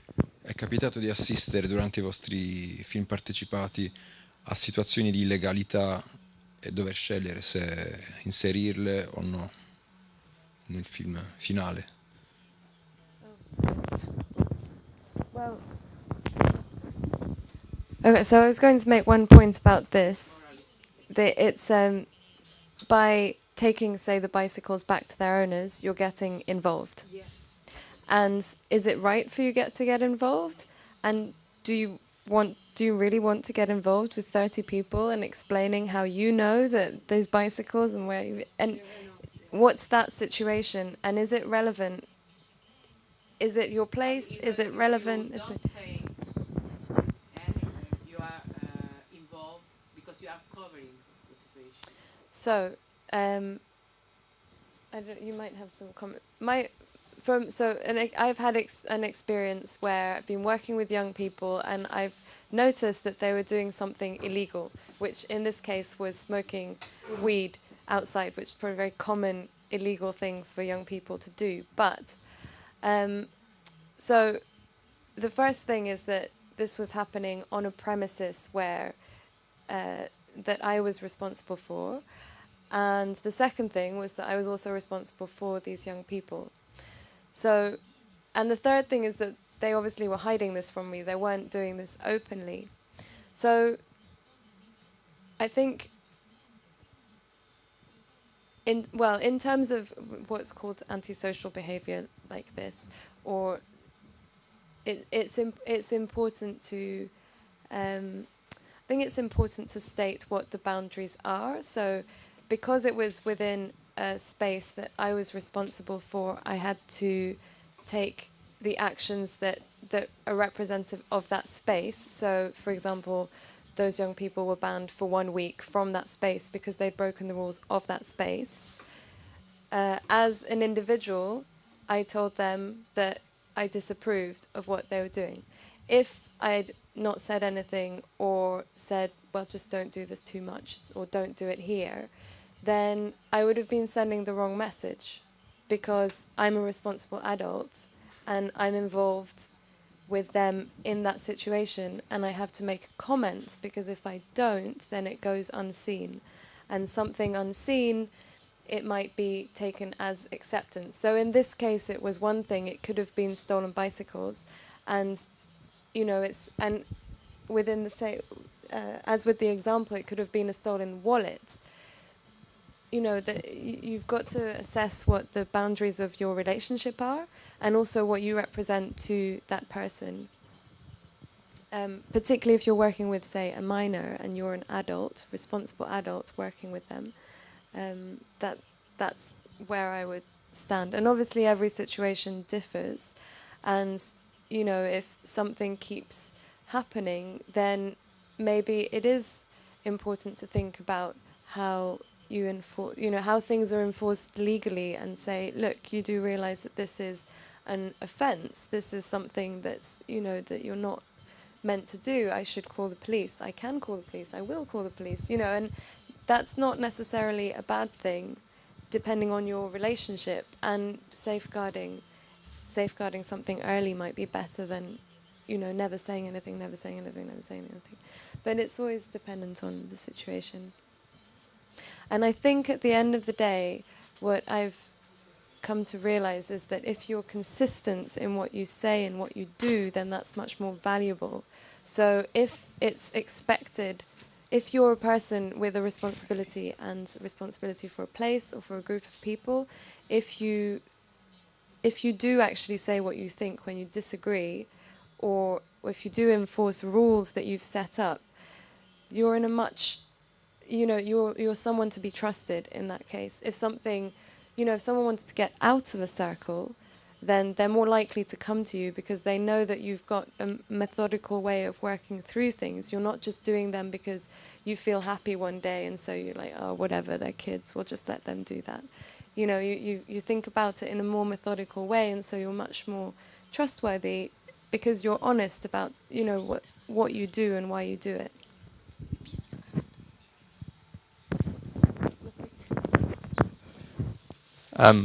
It's quite hard for me to be neutral on the bike thing, because I love my bike and I hate bike thieves. But I guess my thought was possibly if you'd almost, I think, you didn't put the images in the film because you couldn't, but you'd even if you'd decided to put the images in, it sounds like that would almost have been fulfilling his quite adolescent desire to show off without accepting the consequences. So it sounds to me, as well as it not really making sense without his interview, perhaps the right decision anyway, from that point of view.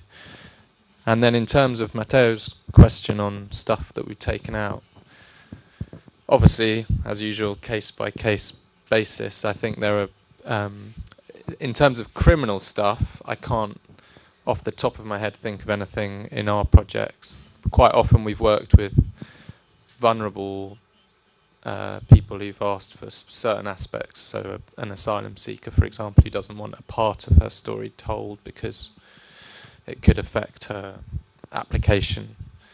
And then the other example I thought of was I was making a film, which I'll talk about a bit, about rural poverty in England, in Wales. And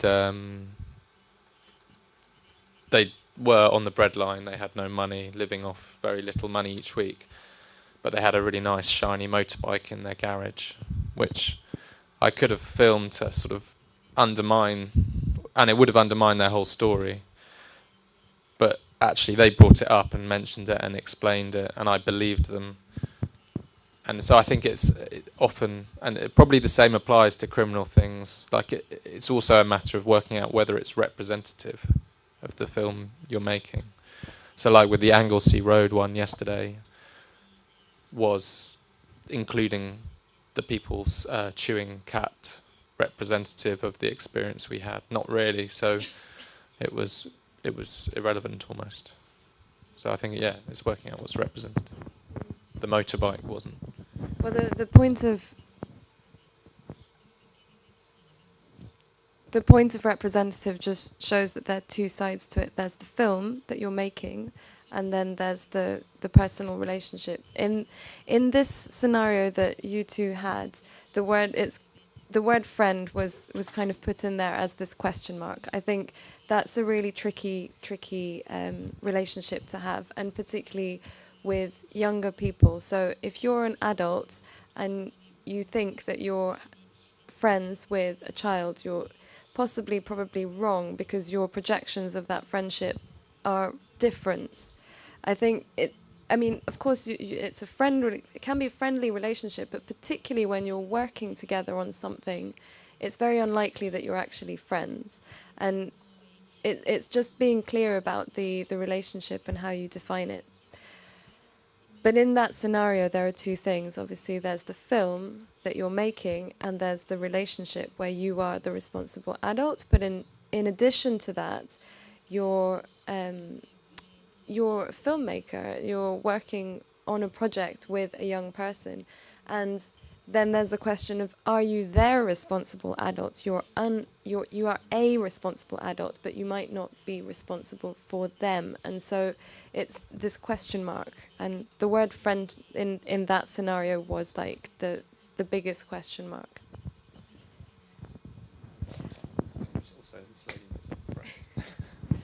Okay, so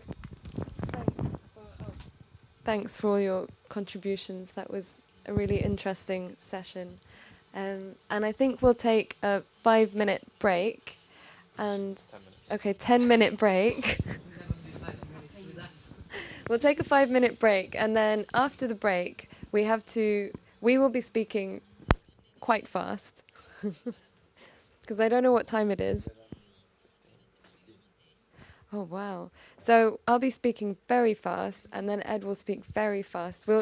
I'll talk a little bit about a participatory photography project, and Ed about research, and we'll be leaving at 12:30 on the dot. So in the middle... We have to include Bari as well. Yeah, so questions, etc., in the middle, I guess, of the two. Yeah. So a real 10-minute break then.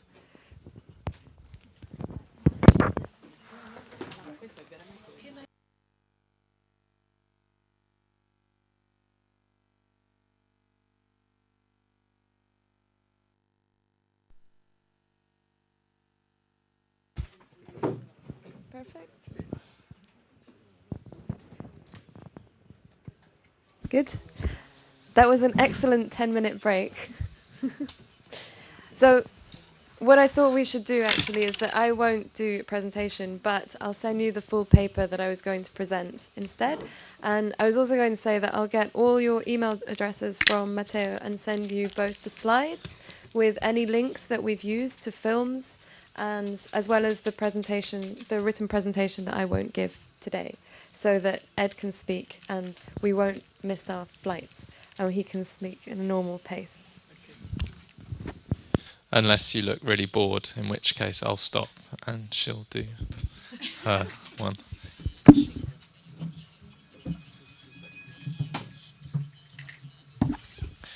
So,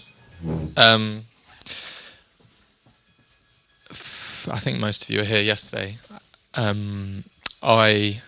My graduate job was working as a policy advisor in the civil service in England, in government, for less than a year. And one of the reasons I got so frustrated was because while I was working in a social impact field, by the virtue of the fact it was government, it felt so distant from the policy decisions I was making or influencing, felt very distant from people's real life experiences. And so that was one of the reasons, amongst many others, that I decided that I wanted to work in a way that I could bridge that gap somehow and a bit more creatively. So additionally, it's extremely traumatic for me to use PowerPoint because I still haven't recovered from that office experience, but I've done one especially for you. It's blue. I think it looks better than hers. A lion on it. A what? Angel. It has an angel on it. Yeah, angel. Anyway, so I'm not sure whether you guys get what using film in a sort of ethnographic research setting means. It's sort of semi-participative. Is it something that, as far as you know, exists over here in Italy? So research agencies will use film as well. Well, it did exist up to a certain period of time, especially in the south of Italy, in relation to traditional stuff in general. Okay. Especially dance, for example. Okay. Okay. So maybe it sounds like that's more maybe a heritage sense, whereas what's a sort of growing field, partly because video has just been used obviously in all sorts of different ways anyway, is for research agencies, big ones like you might have heard of, like Ipsos Mori. Have you heard of them? Yes. Global organisation who do market research, to use film so that they're not just doing top-down sociological stuff or bottom-up anthropological stuff. They're also going out and either sharing cameras with people to make films about their own lives, to inform research, or working with people like me, I guess, and our colleagues. So in terms of postcode films, we've been working, initially we were working as freelancers for other organisations, and then about 3 or 4 years ago we decided that as another sort of way of making this life sustainable, we try and do it in-house, but also because we were slightly dissatisfied with the way a lot of the freelance projects operated. So since we started, we've done all sorts of different things. A couple of examples are a series of films about young people living in financial hardship. There's a massive focus, for obvious reasons, since 2008-9 on people's economic situations. And this always involves going to spend usually a few days at least with people. Sometimes just as a one-off, sometimes over as long as a period of a year, to capture the realities of their life in their words.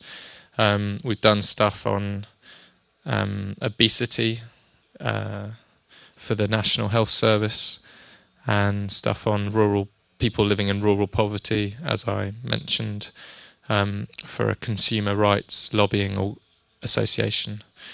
And then I know there's lots of other examples that are being used in England. There's also commercial organisations using it, corporates, but that treads a funny line between ethnographic research and pseudo advertising, I think. Another example of one that Ipsos Mori did that I wish I had been involved with was a very broad project about motherhood across the world. So they commissioned, it was off the back of a UNICEF survey they'd done, and they commissioned filmmakers to go across the world and look at what it was like to be a mother, to inform a wider project they were doing on child well-being. So this is all to say, and I don't know whether this is something you guys are interested in doing, that it's a growing field and one that we think is quite exciting to be involved with.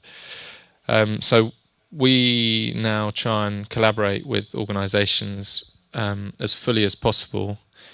Ideally, we want to be involved right from the start in sort of the project design, and then through to working out who's going to be in the film, working with the people who are in the film, filming, editing, sharing the edit with all the stakeholders, and then using the film in a variety of different ways.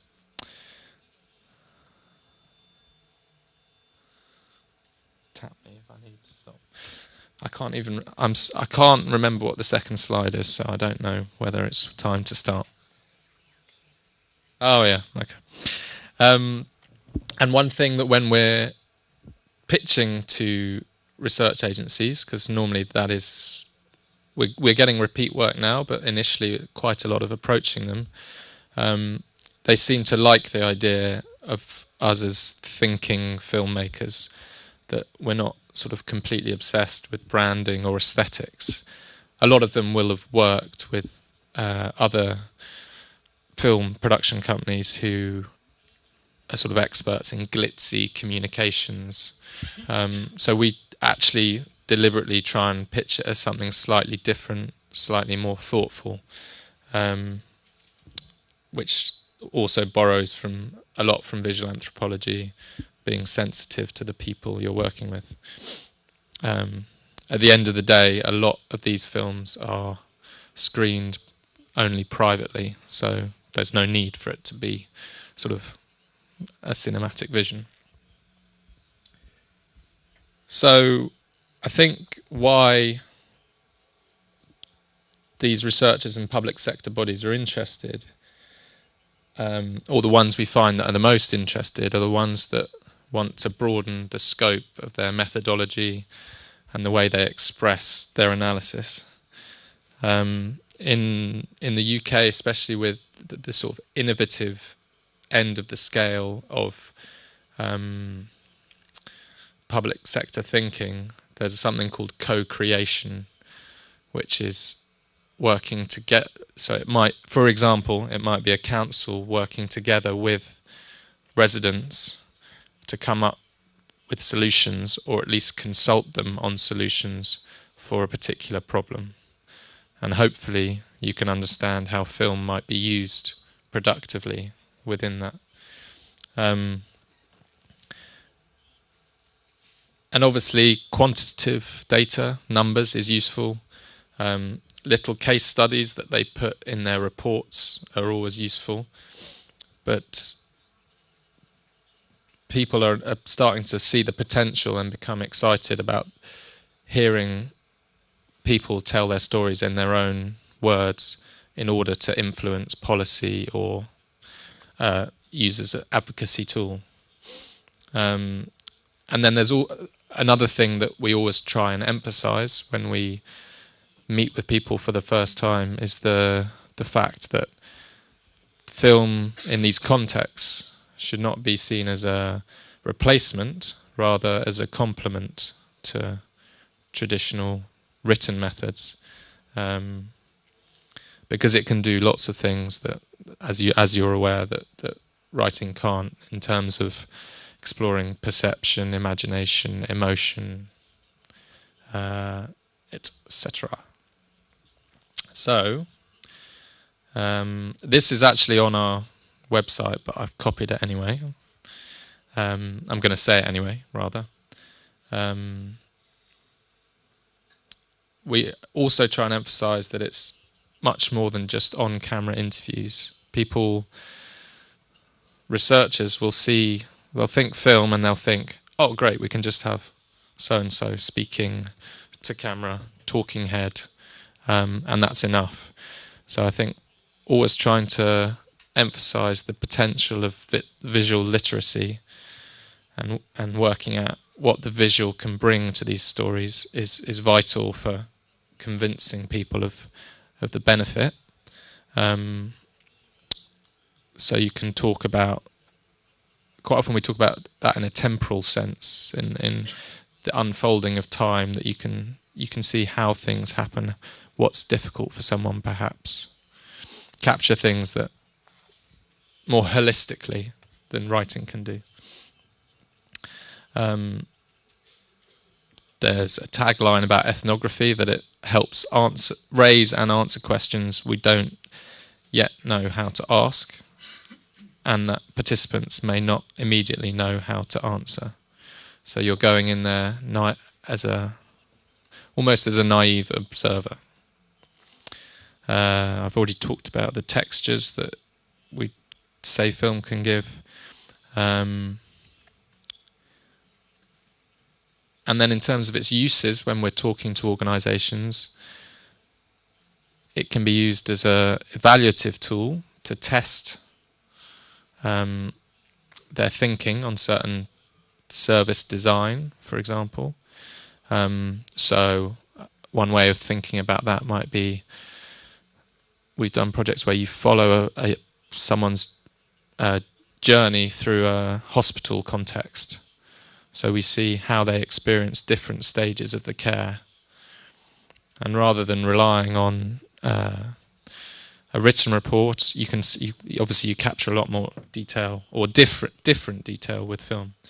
And then that material can be used to provoke discussion, actually can be embedded within the research process at the start, or to inspire.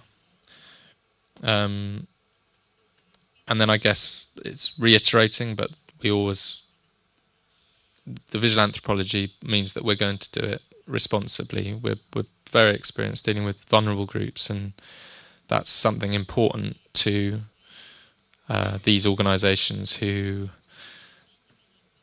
may have had negative experiences with production companies who land on a situation, film and run away without engaging enough with the people they're working with. So let's do some slides. These are just a couple of examples of the people we work with. Mostly they work in England, so it's just to give an idea of how we broker partnerships. We're conscious that we're not trained in the same way that researchers are who write reports. We're bringing something different. So our approach is always to try and partner again with organisations who also have access to tenders and bidding processes, because it's quite a new thing for people to commission using film. It will often have to be an add-on to traditional reporting. So, for example, with community research, they generally will give a costing and a budget for something they're looking at, and then will be an add-on, we think, and obviously they sell it. They say, this is what film will bring. We send examples of projects as a complement to their written stuff. Sometimes it works, sometimes not. An example recently with them was trying to understand, of a project we bid for, was trying to look at young people in London who live in areas where they have no opportunity to engage with culture. So trying to understand why that is, both at home and sort of the circles they mix in socially, in order to inform an organisation that was trying to broaden their outreach.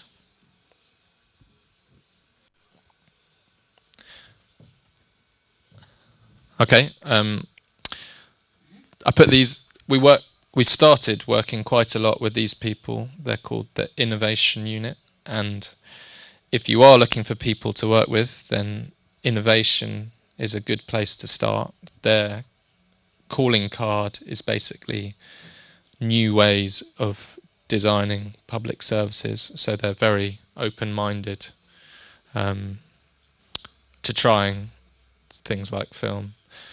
We've just done a project for a big organisation which might exist here called Which? No? I don't know. But it was much harder for them to sign off on film because they're seen and managed as a traditional research organisation. And I'll talk about a project that we're doing at the moment with Innovation Unit in a minute. Oh, Which is... Sorry? Which is a consumer... they represent consumers, so citizens, to get the right deal. In fact, they were the people we did the project on young people living with economic difficulty for, so that they could better understand how to lobby government on this issue. And again, we were part of a wider project. We have the same code of okay. Yeah. kind of organization. Yeah. So the film for them is going to be used at an event with stakeholders. They will probably invite some of the people we filmed. They'll present their wider research, and the idea is that it can contribute to a discussion. And these are just... I met a guy at a wedding who worked for them and said, quite a lot of... quite a lot of my work just comes from random pitching to people. And the persistent thing came through, though, because that was 9 months later. We were talking on and off, and eventually they said, we've got this project we'd like to pitch with you. And we've done a few, but none of them have quite come off in the way we wanted so far. I suppose this thing about informal pitching is quite useful thing to bear in mind. It doesn't mean, when you see someone who works for an organisation to say, I make films, it's to draw it out a bit more. And for organisations like this, what's happening is they're realising how film feeds into, or can feed into, the work that they do in representing it.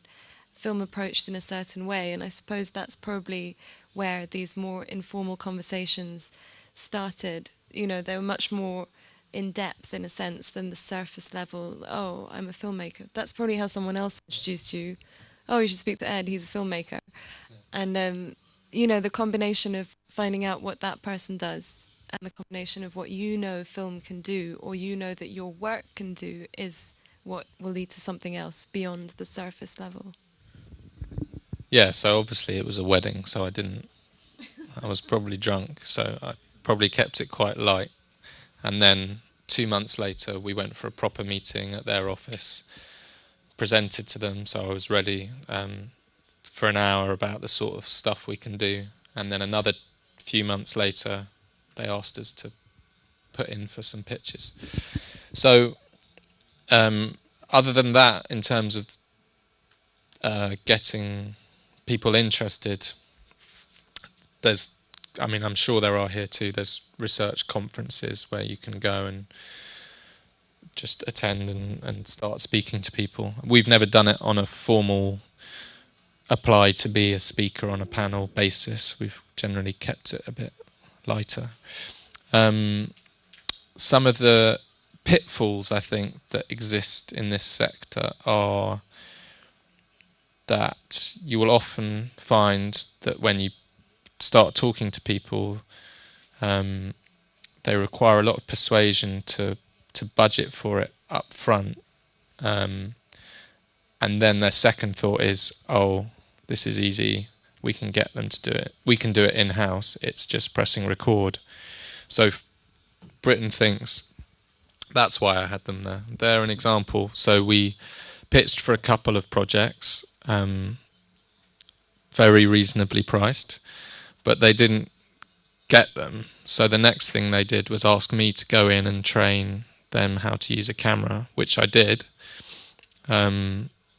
But they just went and filmed a load of wonky interviews that didn't work for all sorts of reasons. Partly because they'd only invested in training me for me training them for 2 hours. So there's a big hurdle to get over for people to realise what goes into filming and why you have a skill set that is worth investing in. What else? Yeah, as I've said before, getting them to understand what the visual is bringing, which as soon as you have examples, it can be useful.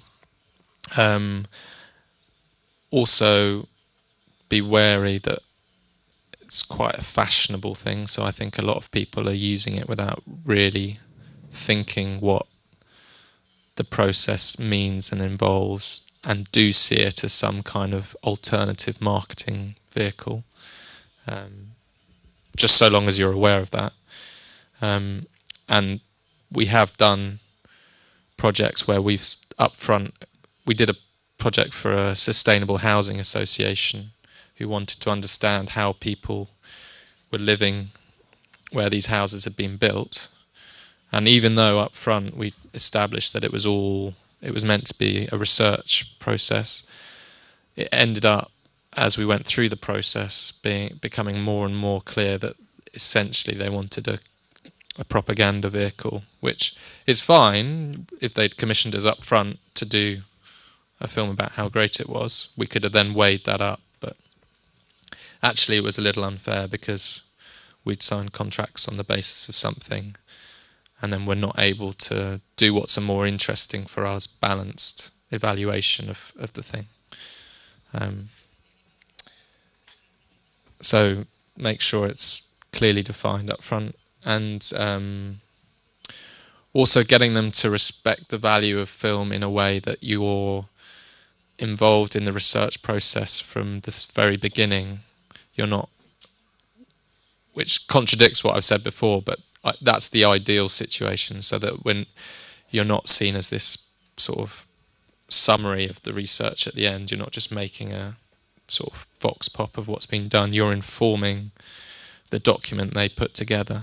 Because after all, what often happens is they will do a focus group with 10 people over 3 hours, and then we will go and spend 3 days with one member of that focus group. So for us, we always say, what a waste of all the insights we're gathering if you're not incorporating that into your written research as well, and what we've noticed when we're filming. So again, sometimes we provide a written report as well. I think in terms of how we work, you can probably guess from all the other stuff we've been talking about, the nature of the approach: collaborative, transparent. What's the next slide? Oh yeah, no, I'll come to that in a minute. Not exploiting people to get a story, working with them to tell their own. I guess there's a few different approaches you can use, which depends often on the people you're working with, what they prefer. Sometimes people want it to be pure observation, so you're really not intervening at all, whatever that means in reality as a filmmaker, as some of you will know. And when we do that, what we'll often do at the end of the process, or the end of the days filming is something called co-discovery, which is a slight gimmick term, but you share what you filmed with the person and then say, well, why did you do that? So that you start uncovering things that they might not have thought of or are not conscious at a conscious level. So, oh, what did you mean when you did that? And then you can use that, obviously you can use that interview to weave in and out of the observational footage. It's quite a productive process, I think. And then I guess the other main approach is co-directing with the communities themselves. So using, working with the participants as advisors and guides, and even co-directors to, before filming, identify what should be in the film and then guiding us throughout the filming. And a good example of this is the next slide, which I'll explain because you probably can't read it. This was a project that we're halfway through at the moment and is kind of almost the exact model we'd love to work with. It's a sort of triangular partnership between us, the innovation unit, who are the written researchers, and an organisation that works with people with mental health issues, specifically who are from black and ethnic minority communities. So the organisation wanted to produce something together with their clients or the people with the mental health issues and the workers, their employees, that showed how an effective relationship works between a client and a worker. And the reason we think it has been done very well is because we were involved right from the very start. We weren't brought in as filmmakers to meet the people we were working with halfway through the process, which especially as those of you who've worked with people with mental health issues is problematic, as you would say. So we had a series of meetings at the start with various different stakeholders who are involved, both like the top management of the organisation down to some of the clients who visited the centre. And really it was about them telling us their story, us asking questions, taking notes, trying to understand what was at the core of their experience and why a relationship with this community centre was a good one.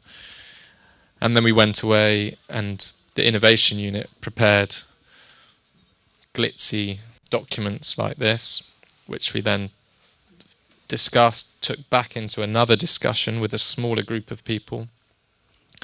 This is a case study of one of those people, so she told us about her experiences, and these are quotes that directly relate to her experience. And off that, we met with 3 clients, and they described to us, and then out of them, it was almost cast, kind of the wrong word, but essentially we were trying to work out whose story would be the best fit for producing a film that would be useful. Okay.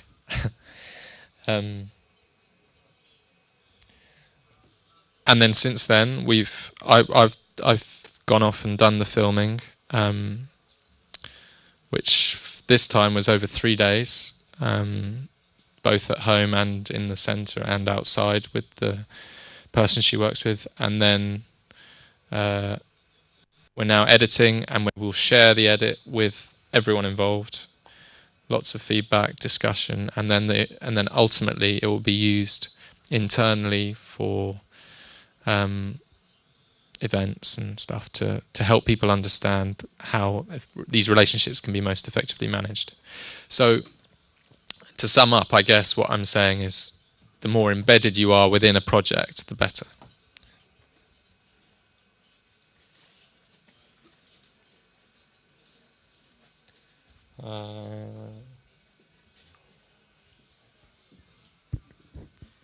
There's a film I might show. I've got 2 films we've done for research here.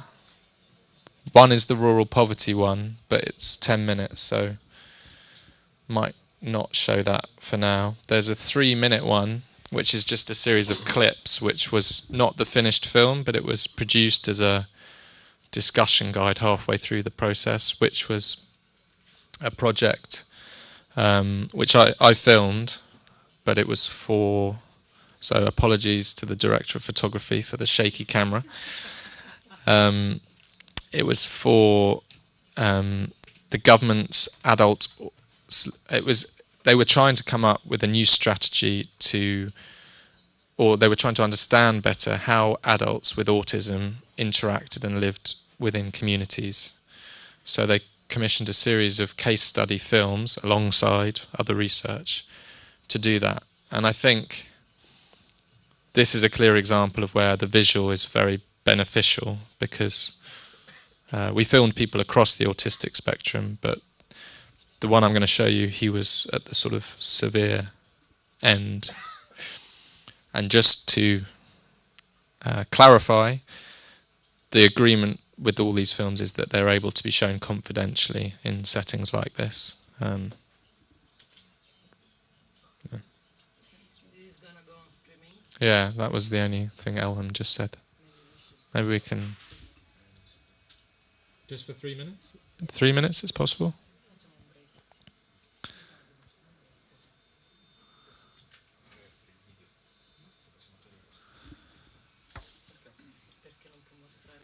It will be the James one.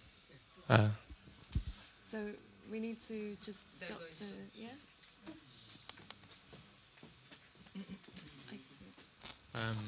So I guess another thing to say is that even things like what equipment you use is important. We think it's quite important not to turn up with enormous cameras and a crew of 4 people.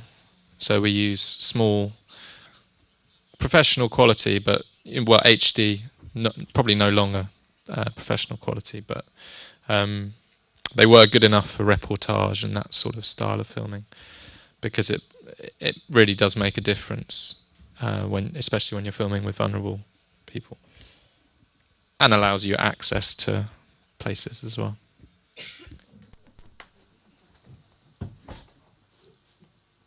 Clips, which is why it felt quite rushed, but the main point of showing was to try and, I think it's a good example of obviously how a piece of research would be benefited enormously by seeing what's going on, because, well, by virtue of the fact, apart from anything else, that he is non-verbal. So seeing how James interacts is important. What's the next one? Oh, okay. I won't show the other one. There's more information on the website. I think for the last few minutes I was just going to quickly talk about the other side of our research, which is partnerships with university academics, which someone said to me this morning is not possible in Italy necessarily. So I don't know about that, but for the similar sort of reasons, we are trying to work with academics who in England are now under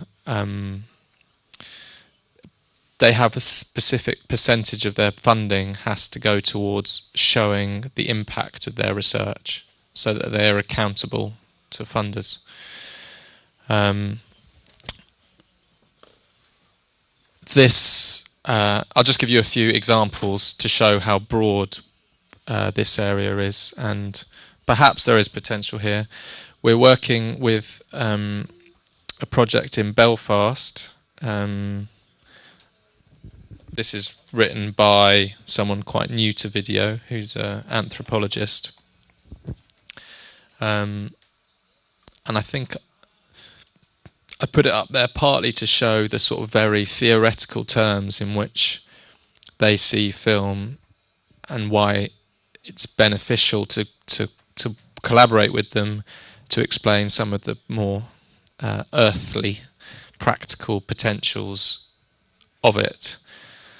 And I think it can be a really interesting interaction, because often academics live in this weird world that doesn't correspond with reality, or is not easily communicated to other people outside their universities. And if we can help be that bridge, then we think that's interesting and beneficial. So we're working with this project, which is based in Belfast and Cambridge, which is a partnership of architects and anthropologists. I'll put the text up to describe what they do, because that probably makes it quicker. So maybe, can you just quickly translate that?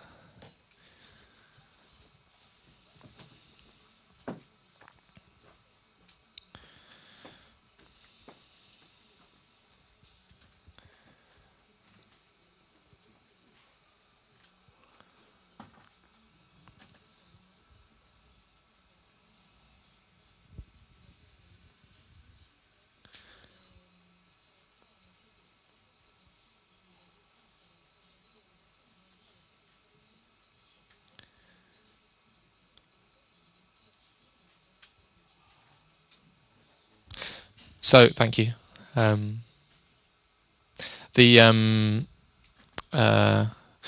We found academics are generally quite receptive, but also quite cynical about film. They really like the idea of getting their research out there, but a lot of people still see film as a way of dumbing down research. So again, it's important to explain what it can bring to complement their research. And I think in the case of things like this, which is about sort of psychogeography and how people are interacting with spaces, then the crossover is fairly obvious with how the temporal and spatial aspects of filming can help push their research to another level. Just a couple of other examples. This is very recent, and I'm very excited because I'm going to the Caribbean. This is a guy who's an English lecturer who works across literature and the social sciences in the field of post-colonial disaster. He's interested in... I think he's a good person to work with because he's specifically interested in applying the arts and social sciences research that he's doing to policies and the way governments and NGOs deal with disasters. And it's not just natural disasters, but also human-generated disasters. So he wants to produce something which is a combination of things, including an exhibition and a book, but also a film that looks at how we reflect upon disasters in fiction, in literature, and also in the social sciences, and how more human stories can feed into responses to these disasters. I hope that makes sense. Yeah? Thank you.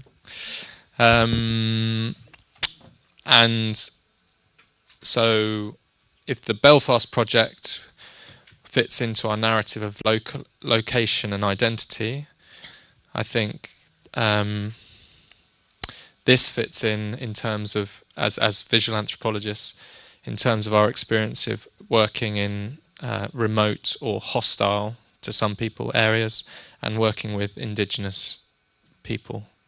I had a list actually of skills that I think as a filmmaker with a background in anthropology we bring to academics above and beyond a filmmaker, which are which are not exclusive to an anthropology background. So a lot of filmmakers have them anyway, but it's collaborative skills, a holistic background. Anthropology is an all-encompassing discipline, so you can work across subjects and you're used to not being restrained in that sense. Languages, travel, hostile environments, and a willingness to engage rather than just land somewhere and disappear, because academics' relationships are often long-term. Also, a keen awareness of ethical protocols and a respect for sort of intellectualism. And then this is a great film made by someone else, which was a collaboration between an academic and another filmmaker about where clothes are produced. How clothes are produced in India, or recycled, sorry. It's called Unravel. I think it might be online. And most of the way these projects work, in terms of funding here, obviously I'm not sure how it works, but either these academics will apply for a grant and incorporate the film into part of that grant, and clearly they won't be able to do the filming themselves. So I assume there would be similar opportunities to bring in external people here, but I'm not sure. But then this final example was a film I did with she was doing an archaeology PhD on the rock art of the Libyan Sahara, which is a very niche field, but she was a very effective fundraiser and raised money not just from academic bodies but also from external heritage organisations. Very quickly, it was three-pronged, the point of engaging me as a filmmaker to go along with her. One was purely as a documentation process. She wanted to have as wide an array of capturing the rock art in the desert as possible. She wanted to incorporate clips into her PhD. Her PhD is about the kinesthetics of the rock art. So she was writing about how the Saharans experienced the rock art in a way that wasn't just visual, like we do now when we go to an art gallery, but was to do with sound of rocks and moving across the rocks and space and all this sort of thing. So for her, the visual was a natural fit. And then she also wanted to have a wider impact, so create an independent, more experimental film for festivals. And I guess that last thing was something that appealed to me, partly as a young filmmaker wanting to try out a new thing, and having the freedom, which you have perhaps more with an academic, to try new things rather than creating something specifically for a broadcaster, for example. How successful I was, you can judge for yourself, because I was going to run away before the film shows. It's about 25 minutes, and about half of it is in Italian. This is a rough synopsis of the film, which...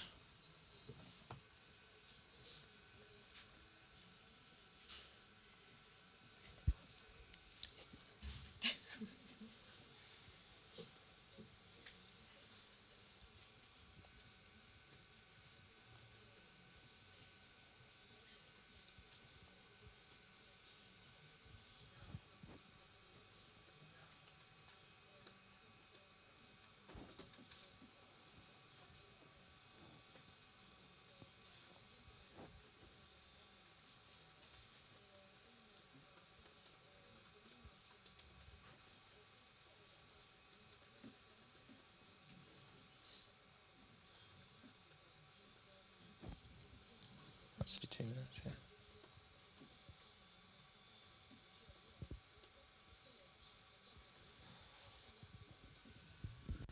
Thanks. And so I think this was always meant to be a niche film, but for me that is the interesting thing about using film these days, that we don't have to search for massive audiences. There's ways in which it can be used for all sorts of different purposes and can have a useful and productive life in small communities in all sorts of different places that sometimes you don't even know about. The film I made for my master's about the grassroots trading thing, I just got an email 8 years later from a Canadian in Vancouver saying they'd seen it and wants me to send them a DVD.